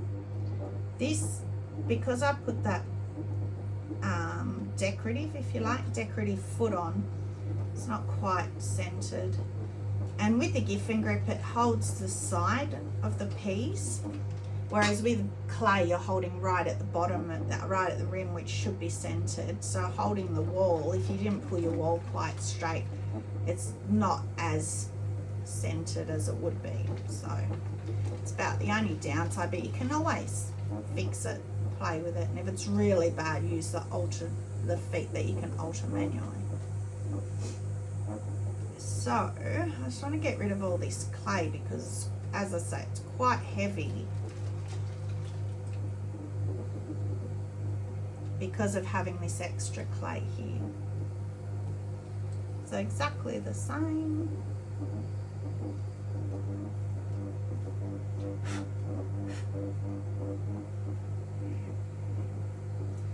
So you can see, instead of coming off in nice ribbons, it's a little bit dry already, and it's only at 8:30 in the morning. So just from yesterday to now. So it's not too bad. It looks pretty good. So what you can do, if you have one part that's slightly thicker than the other, just put your stamp there, and it's sort of optical illusion. Hides, oh, that didn't go down in very well because it's dry. Hides that wider bit. Alright, so that is now more defined and it doesn't have those ripply ridges anymore. And it's lighter, obviously, because I've taken all that clay out of there. So you can always put it, and that's the beauty of the Giffen grip as well. If I think, oh, it's still a bit thick, I can just put it back on and it's going to be centered to where I did that foot, because it has to be, it's the exact same feet. You don't have to muck around with clay, taking clay on and off and then thinking, oh, I didn't do enough, but it's such a pain to redo it with the clay. So yeah, you can always also, which I used to do before I got my Giffen grip, is you can just wet the rim and wet the wheel head and put it on and kind of like go until it suction cups on, and that works really well too. And then you kind of just have to be careful and tap it to get it off. But I have lost some rims by doing that, so you have to be very gentle if you do that.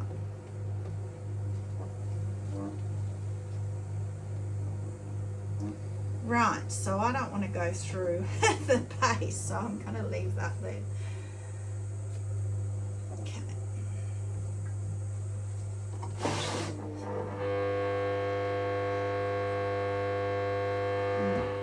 Easy. Anyway, so, sorry, it's a bit noisy. So you can, to get rid of this clay as well, you can just zoom your wheel and it goes flying out. Which is better when I've got the protector around the side, but I just thought I'd show you that it's gone all over the floor, but I will get it. Cover that up so it doesn't dry anymore. It's not going to be long between doing this and trimming, but it's so hot today that why not just protect it. I might start at the top with this one. So I need my longer feet for this one, because this is a tall one.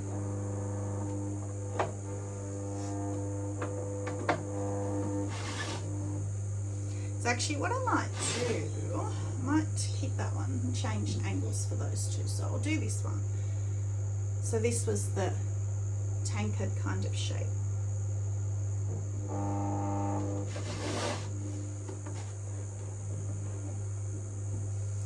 Okay, back to the same one. And this is pretty much how I trim everything, bowls and everything. If I'm not putting a foot on it, I still use this and just flatten it out like this.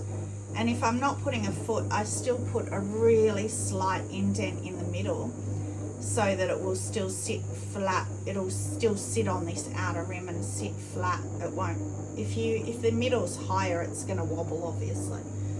So I always try and indent the middle just a tiny bit, like you can't even see it, but just a tiny bit. So this is the one that I was going to do the straight edge. So I might change the angle in a minute because I want to do the others from another angle anyway. So we'll just do the same thing here.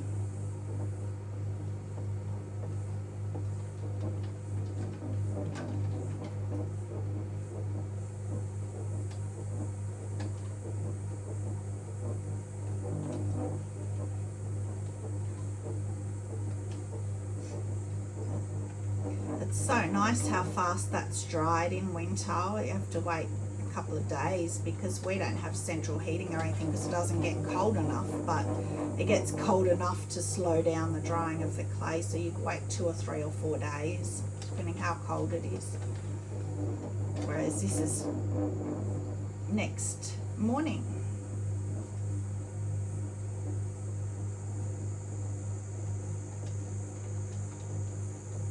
So I threw these, it was probably, I think it was around lunchtime yesterday, and it's like 8 o'clock in the morning today, and they're at this level, this dryness.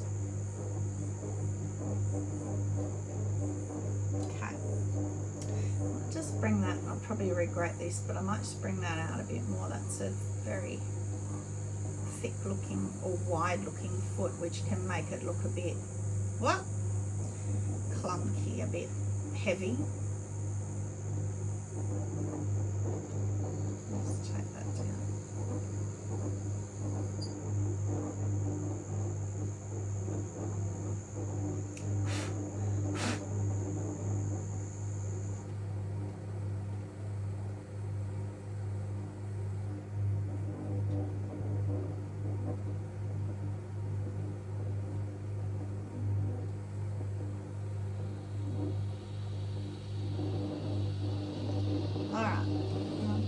Get rid of that line there. And you can also do this if you think that it's still too heavy. You can actually take this down anyway because it gets some weight and some clay off as well, but I just want to get rid of that line. That'll do. Okay, so then stamp it again. Could have used my bigger stamp there, but that's okay. Just get rid of that. And I also always keep here as well a brush, so if you get those sort of bits that don't want to come out, you can just sort of brush them off like that. Get rid of those.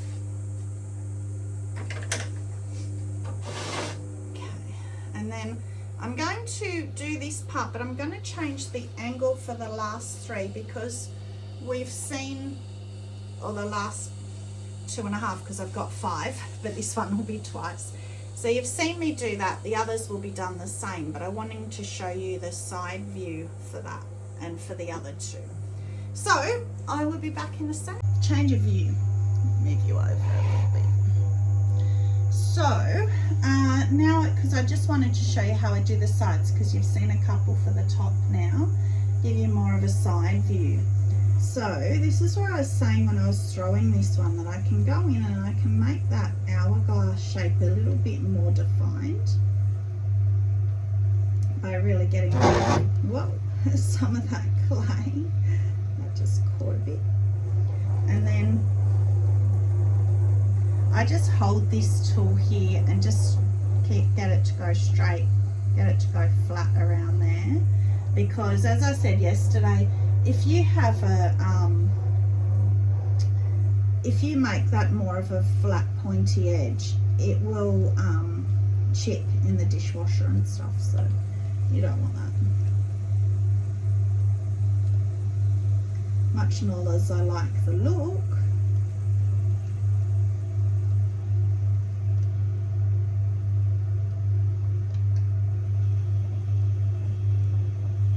Okay, got my spinny thing there.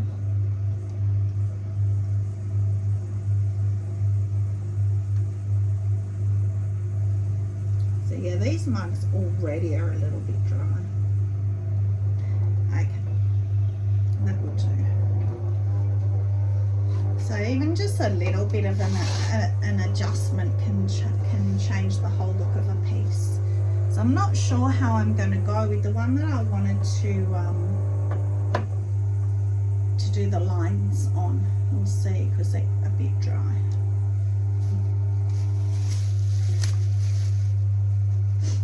So I'll do this one first of all, which is just so that you can see going in here and cleaning up in here a bit better.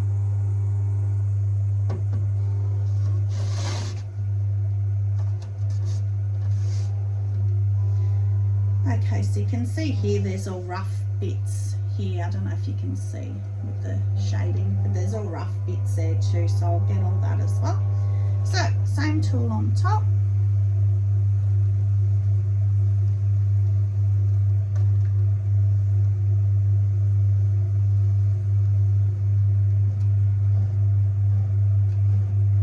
And then I'm going to just do this first. Smooth out that rough bit there. And then use this little mini one to go in here. Get right in there. Don't do too much because that's already quite thin in there and you'll go through. Ask me how I know.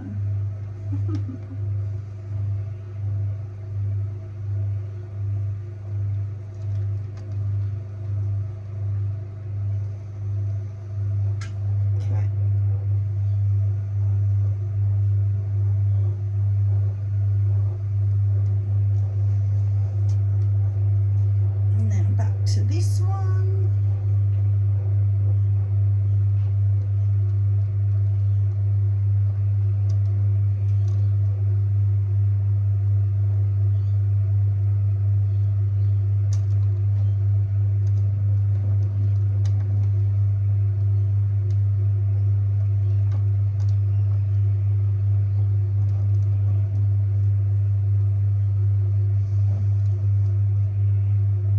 didn't actually look at how thick this was, but I mean I only just threw them yesterday and I know how I throw, so without jinxing myself, generally you get used to how deep of a foot you can put on things. So that's probably about right. Stamp.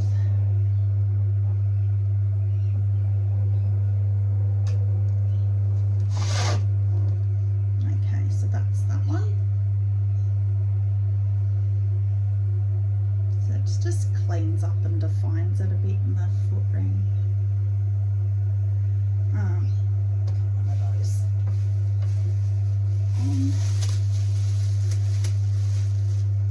Because the thing is, you're not going to go straight to putting handles on all 5, so you want to have those shower caps on, because by the time you get to the 5th one, it's going to have dried out, even if it's just a tiny bit that you've saved by doing that. Now this is the one I'm not sure if I'm going to be able to do what I wanted to do. I'm still going to try, but they're a little bit dry. I think I'll be able to.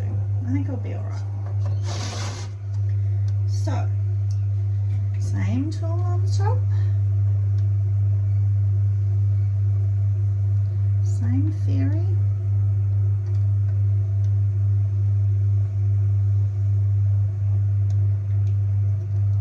And then this was the one I said to you yesterday had a little bit of thickness here, a little bit of a bulge here that I didn't like and that I could get it trimming. So if I go like that and just define it a bit for you with a line, and then I can just go up and take it all off. So I didn't worry too much when I was throwing it, because I knew I could just do that. Just clean it up. What?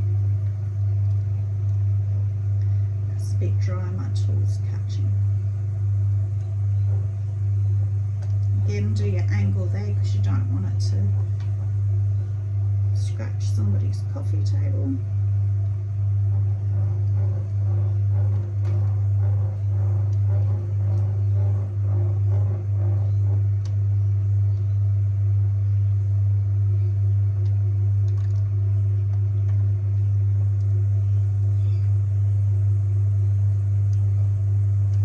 So again, this is just how I do it. Watch heaps of videos. I mean, I love watching trimming. I find it so mesmerizing watching people trim.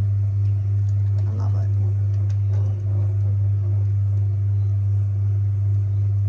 Find what works for you and your clay. But I find putting that outer circle first, it just, because you get mesmerized, you can tend to go out too far. So if you put that little circle first, it just stops you. You just know where you're going to and where to stop. Okay. So that's that.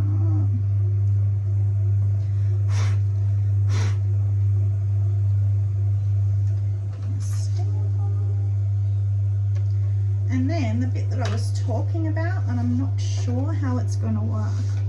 So what I'm going to do is I'm going to go, and because see this is quite tall, so this will often knock the piece off as well, because I'm going to go right from the top down. You'll see what I mean. But when you put pressure here, it pushes it off, obviously. So you've got to be a bit careful. So I'll put this on and try and hold pressure here to stop that from happening. So what I'm going to do is show you how I put a bit of texture into things. So I use this one, which is the other end to that, a little oval one that I went in and got the inner edge bits. Well, this is the other end of it. So it's a square. So when you see my mugs and they've just got the lines, the horizontal lines down and they're straight, this is what I use, and that's literally what I do. Hold, hold, hold. And I'm not going to do that on this one. I want it to be a little bit different. So what I'm going to do is literally going to start here and I'm going to go down and back up, and then if I'm not happy with it, I'll go down and up again. It doesn't matter, it's just texture for the glaze to play on. So you just go, hold it here and just go down, and then when you come back up, you're crossing over what you just did. And that's it. And actually I'm happy with that, so I won't go again. And then when you put texture on that, put a sponge over it, but when you put glaze on that, plays beautifully. So how easy was that? Down and up. And you can use any tool. You can use this one that I was using to trim. You can use the corner of it, like up here, and do it. It will be a finer line. That's why I like that square one, because you can see it gives you quite a bit of a wider line. But anything that you have, you could even use one of these. Everybody's got one of them, right? That would almost give you the same. It'll give you maybe a little bit even wider, which would be nice. I might try that next time. So that's it. So I just run a sponge, which actually I meant to say. So I have my sponge here, my water next to me. So I don't keep my water in my tray when I'm trimming, because I don't want the trimmings to get wet, because it just makes it harder to clean up. So I keep my water off to the side, and I'll clean up all the rims and everything. So just as simple as that, and it's just a lot cleaner. All those little burrs are gone. And you can use your brush as well, or whatever you want. So that's that done. So I'm going to move over to my table, my glazing table, where I do all my handles as well, and we'll be back in a sec to put the handles on. Hi everyone, I'm back. So today is handle day take 2, And the reason I say take two is because I put the handles on. I did a video and everything and put the handles on, but it wasn't very good. I watched it back and everything was wasn't in camera. So I threw 3 more mugs. I've pulled 3 handles that are similar to the ones that I showed you. So I'll still use all that part of the video. And I'm just going to show attaching the handles to these. So they're kind of similar to what, I tried to do it similar to what we already had. So I did watch Karen at Barehead Pottery just put up a video on how she trims, and I copied her bottoms. I really like that. So I put my maker's mark here on this one, a butterfly stamp and little flowers. I really love that. I think that's so pretty. An unexpected surprise, and when you're drinking, people will see. I love that. So thank you, Karen. So I have made, I've got you, the best thing to do is to look at your mugs. They're all very similar actually, and decide what's going where. So I think I'll put the plaited handle on this one. So the plaited handle that I made and used in the video making, the coils were a tiny bit bigger than this, so I went a little bit thinner. I used a thinner little pulling tool for this one. So I love my Xiam little scratchy tool. It's pretty new to me, but I love it. So what you can do with your mugs is look around, find a spot you're not happy with. There's a spot there with a dent. Put your handle over that spot, because why not? Or if there's a part of your rim that you're not happy with, whatever. Now, they call it slip and score, scratch and score. Well, mine is scratch or slip, no, score and vinegar. I don't use slip, I use vinegar. I never use slip. I used to, but it's just too messy. Vinegar is much nicer. So let's have a little pot of vinegar here. Use a paintbrush to paint it on, and it kind of reconstitutes your clay into slip. So my handles are probably still a tiny bit wetter than I would like, but as long as they stand up with the Keen 6 clay, I can't remember what I said in the last video, so I might be repeating myself because I can't remember what I said in that and what I said in when I was attaching the handles. So I'm going to make sure I'm in camera this time. Apologise if I go out again. So with the Keen 6 clay, everybody always says put the handles on at the same, pretty much the same dryness. Well, you've got to learn your own clay, because every clay body, I imagine, is different for all. That's why you get so much different information. With a Keen 6 clay, it likes to be, well, Karen taught me, overbend the handles. I would have shown you that when I pulled them, and then put it on when they can hold their form but they're still quite wet, because then you can play around with them and they don't crack. Whereas Keen 6 clay, I now know as well from hand building with it, it just cracks all the time. It's terrible. It is known for being a pain for handles, so I really blend it in a lot, more than I've seen other potters do. Some will just push the end on like that and they're done. But again, know your own clay. I know you have to really smush the 6 on. I have done it 3D and you can do it. It just, you've still got to just work around the edges. I'll do it on with one of the others actually and just show you what I mean. So with this one, I'm going to really blend it in, so it's going to look like the handle is coming out or growing out of the mug. I like that. That's actually a really big handle. It might be a bit too big, but that's okay. This is just for the process of showing you how I do it. And then I I don't use much water when I'm putting handles on. I will probably use a little bit, but I don't use much. So vinegar is my friend. If you're using the King's clay, it will be your friend. Much better than the water, just tends to make it crack, I think, or it doesn't help anyway.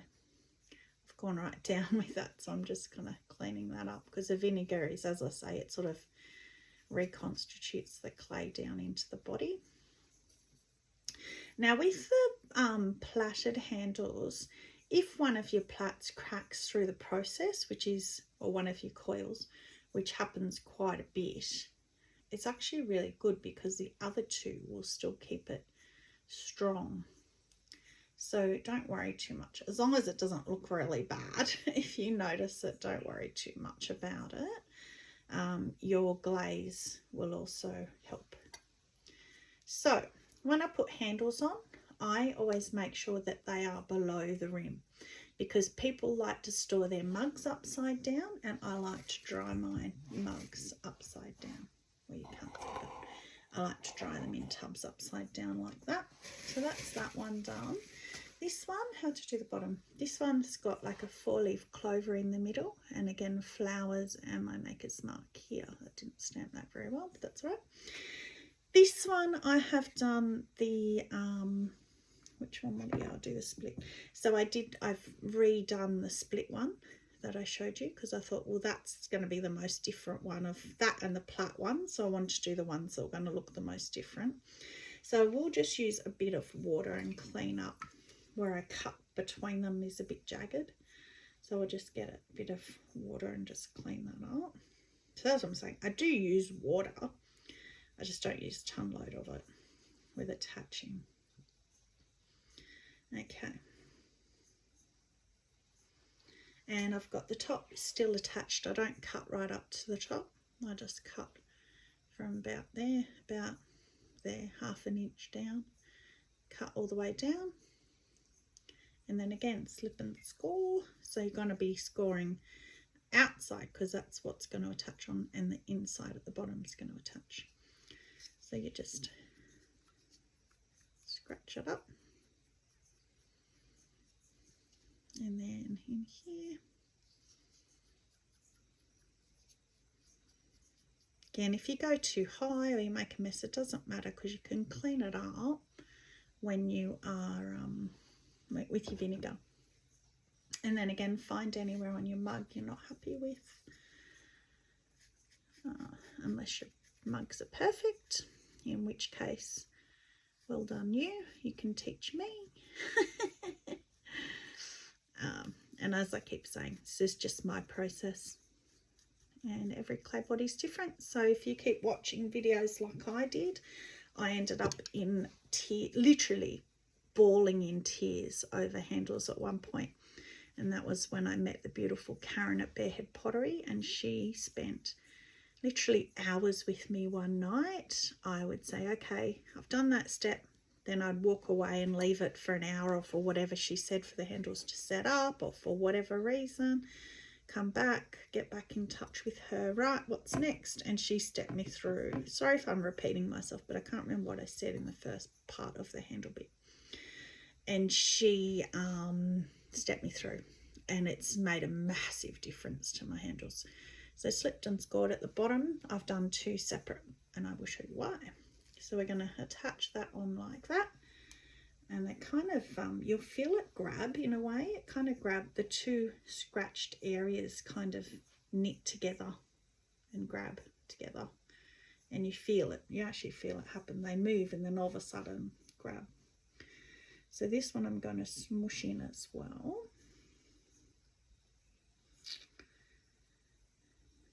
Make it part of the mug.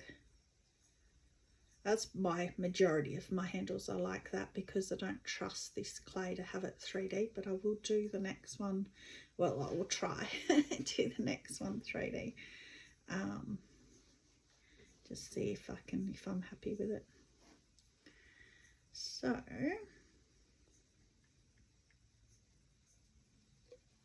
that's attached at the top. And then what I do with this one, so this is a diamond core handle that I would have shown you, and then I just cut, and then what I do is I cross them over, and then they're gonna go where I've scored at the bottom there. So I cross them over and score it. And what I was thinking when I did this last time, that would actually be a really great design if you do, or if you know anybody who does any charity work for any of the charities that use a ribbon, like breast cancer uses a pink ribbon. I think prostate cancer uses a blue ribbon. Mental Health Day, maybe that's blue, beyond blue. I'm not sure. Obviously, clearly, I'm not sure of the colours. but a lot of them use that shape ribbon. Oh, hang on, I haven't finished. That's a bit floppy, but I'll show you. Just attaching it first. Get rid of any extra clay, and I'm really smushing it down. That's all you do. You just keep smushing until you feel like it's attached enough. Even the little side bits, I even attach around the sides so that you don't get that cracking up and around the sides. And also to slip itself will crack. So if you're using slip and you're getting little hairline cracks around the edges here, it's probably your slip. It's probably not your handle or your mug. It's probably your slip that you haven't cleaned up properly. So if you clean up your slip a bit more, you won't get those hairline cracks. Well, that's what I found anyway. So if you cross it over, however it's comfortable to sit, you can kind of smush it there a bit if you want, but you don't need to. And then again, back with the vinegar, and you can see, well, I can see the ribbon, what I mean. I'm assuming it's a worldwide thing. You know, Breast Cancer Foundation in particular, I know they used to, I don't know if they still do, pink ribbon. It just shaped just like that. So it would be great for them. And glaze them pink, maybe donate them or something, I don't know. Maybe I'll do that. Get in touch, and I think most people in their lives have been touched by breast cancer in one way or another, family members, friends. I have been very fortunate myself, not personally to have been, but I have definitely had friends and family affected by it. So yeah, that might be a nice thing to do. I might do that. Don't know how it would be received, but you know, who knows. Okay, I feel like that's a little thought blooming in my mind in front of you. We shall see if anything grows of it, if anything comes of it. I might get in touch with them and see.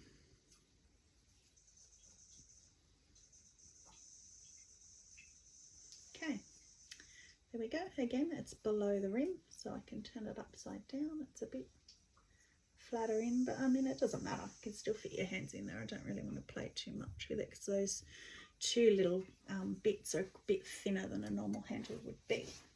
Right, last one. I know I think I did 5 mugs, made 5, but I only thought I'll just do 3 handles. I won't bore you.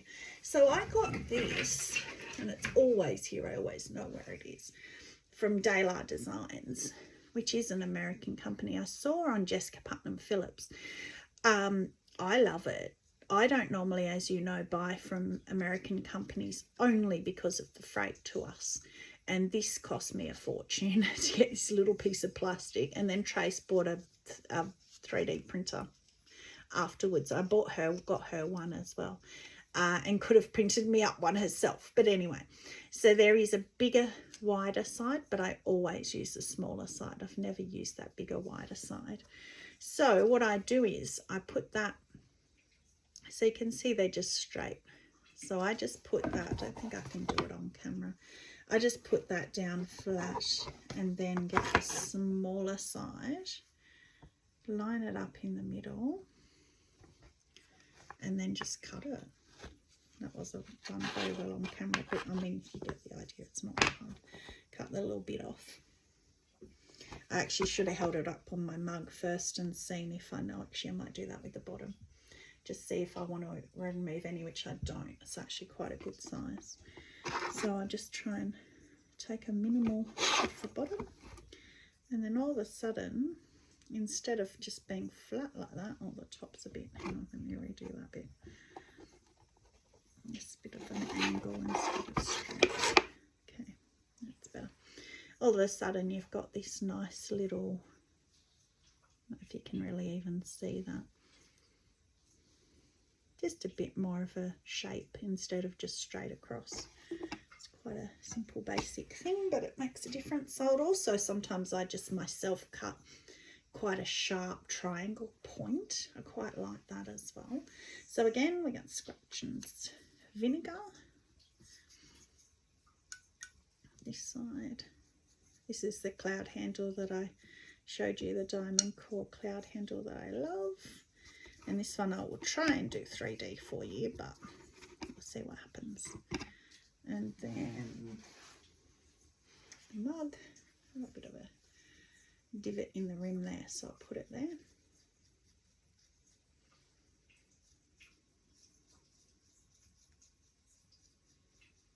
So after doing 1,000,001 mugs, you kind of get used to where you want to scratch your mugs, and then put vinegar on your scratch marks.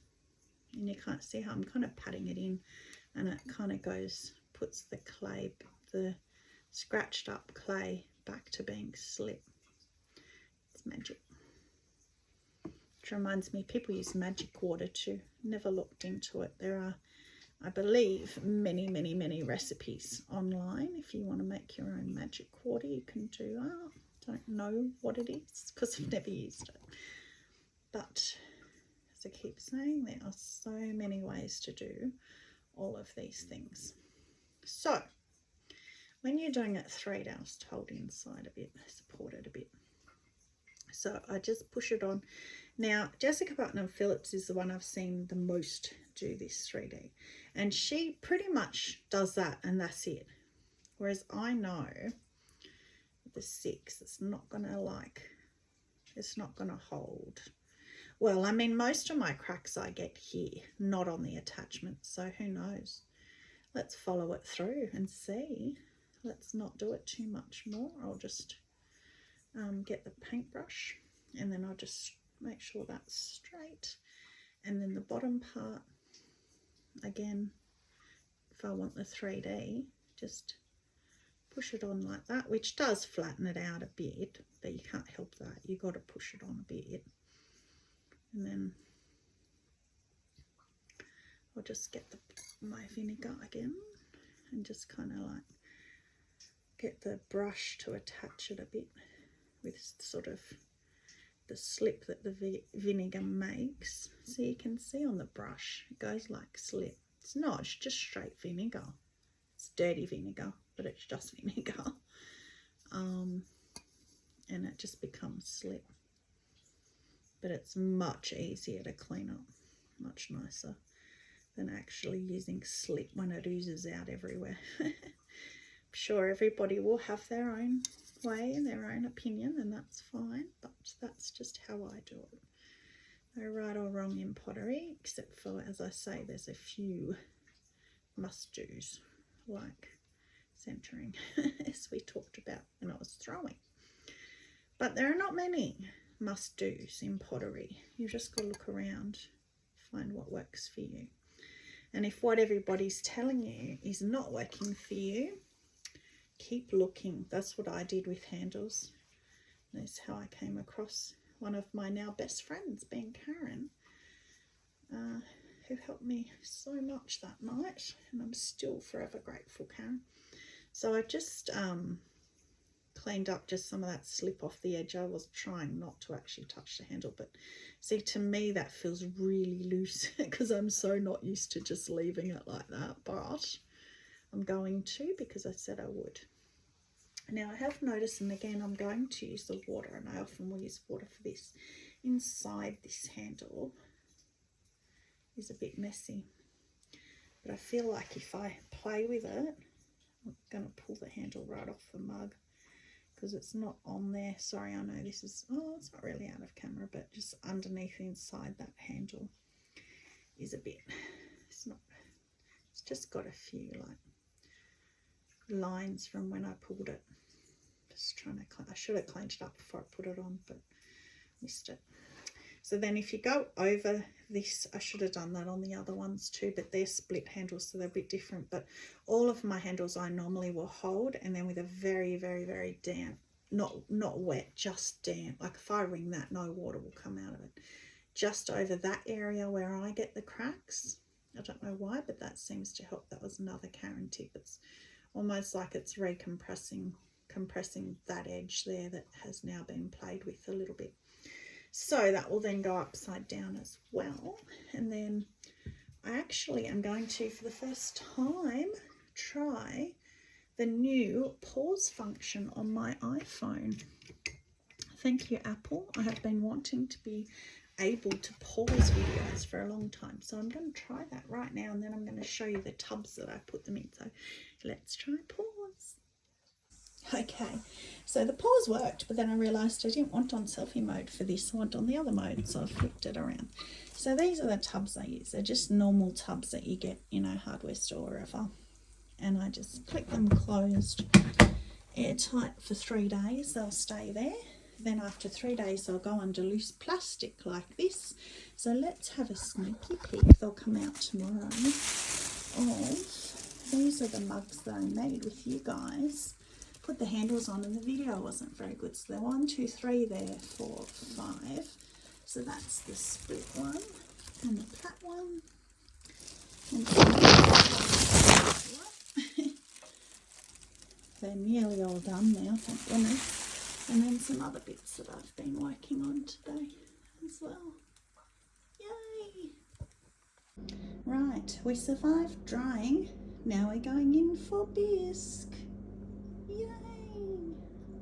Alright, now we're packed into Freddy. We're about to go in to get fired. Yay!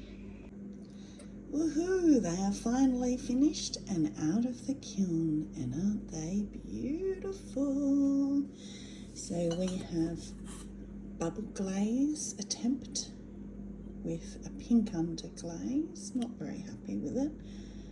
It's a bit too muted, burnt out. Maybe I could put a decal on it. This one is soft pink to autumn purple and reactive red at the top. And the handles that we did. Someone's handle. And then this one is Flux Blossom with Amaryllis on top. That's my favourite combo at the moment. Oh, so there's a dot on the bottom. Love that combo. Just brushed my brush on the rim to get that effect. Same with here. And that got kiln favourite. It's glorious. That one is 3 Lavender Mist, 1 Winterwood Oval. And last but not least is Indigo Rain at the bottom, Celadon Bloom at the top, Light Flux where they meet, and Turquoise in the middle, which is the base of Celadon Bloom. And a dot in the bottom again. Yay, we are done! So I really hope you enjoyed this video. I had great fun making it, and I hope you learned something from it. So thank you very much for watching. Stay muddy and have a magic day. Bye!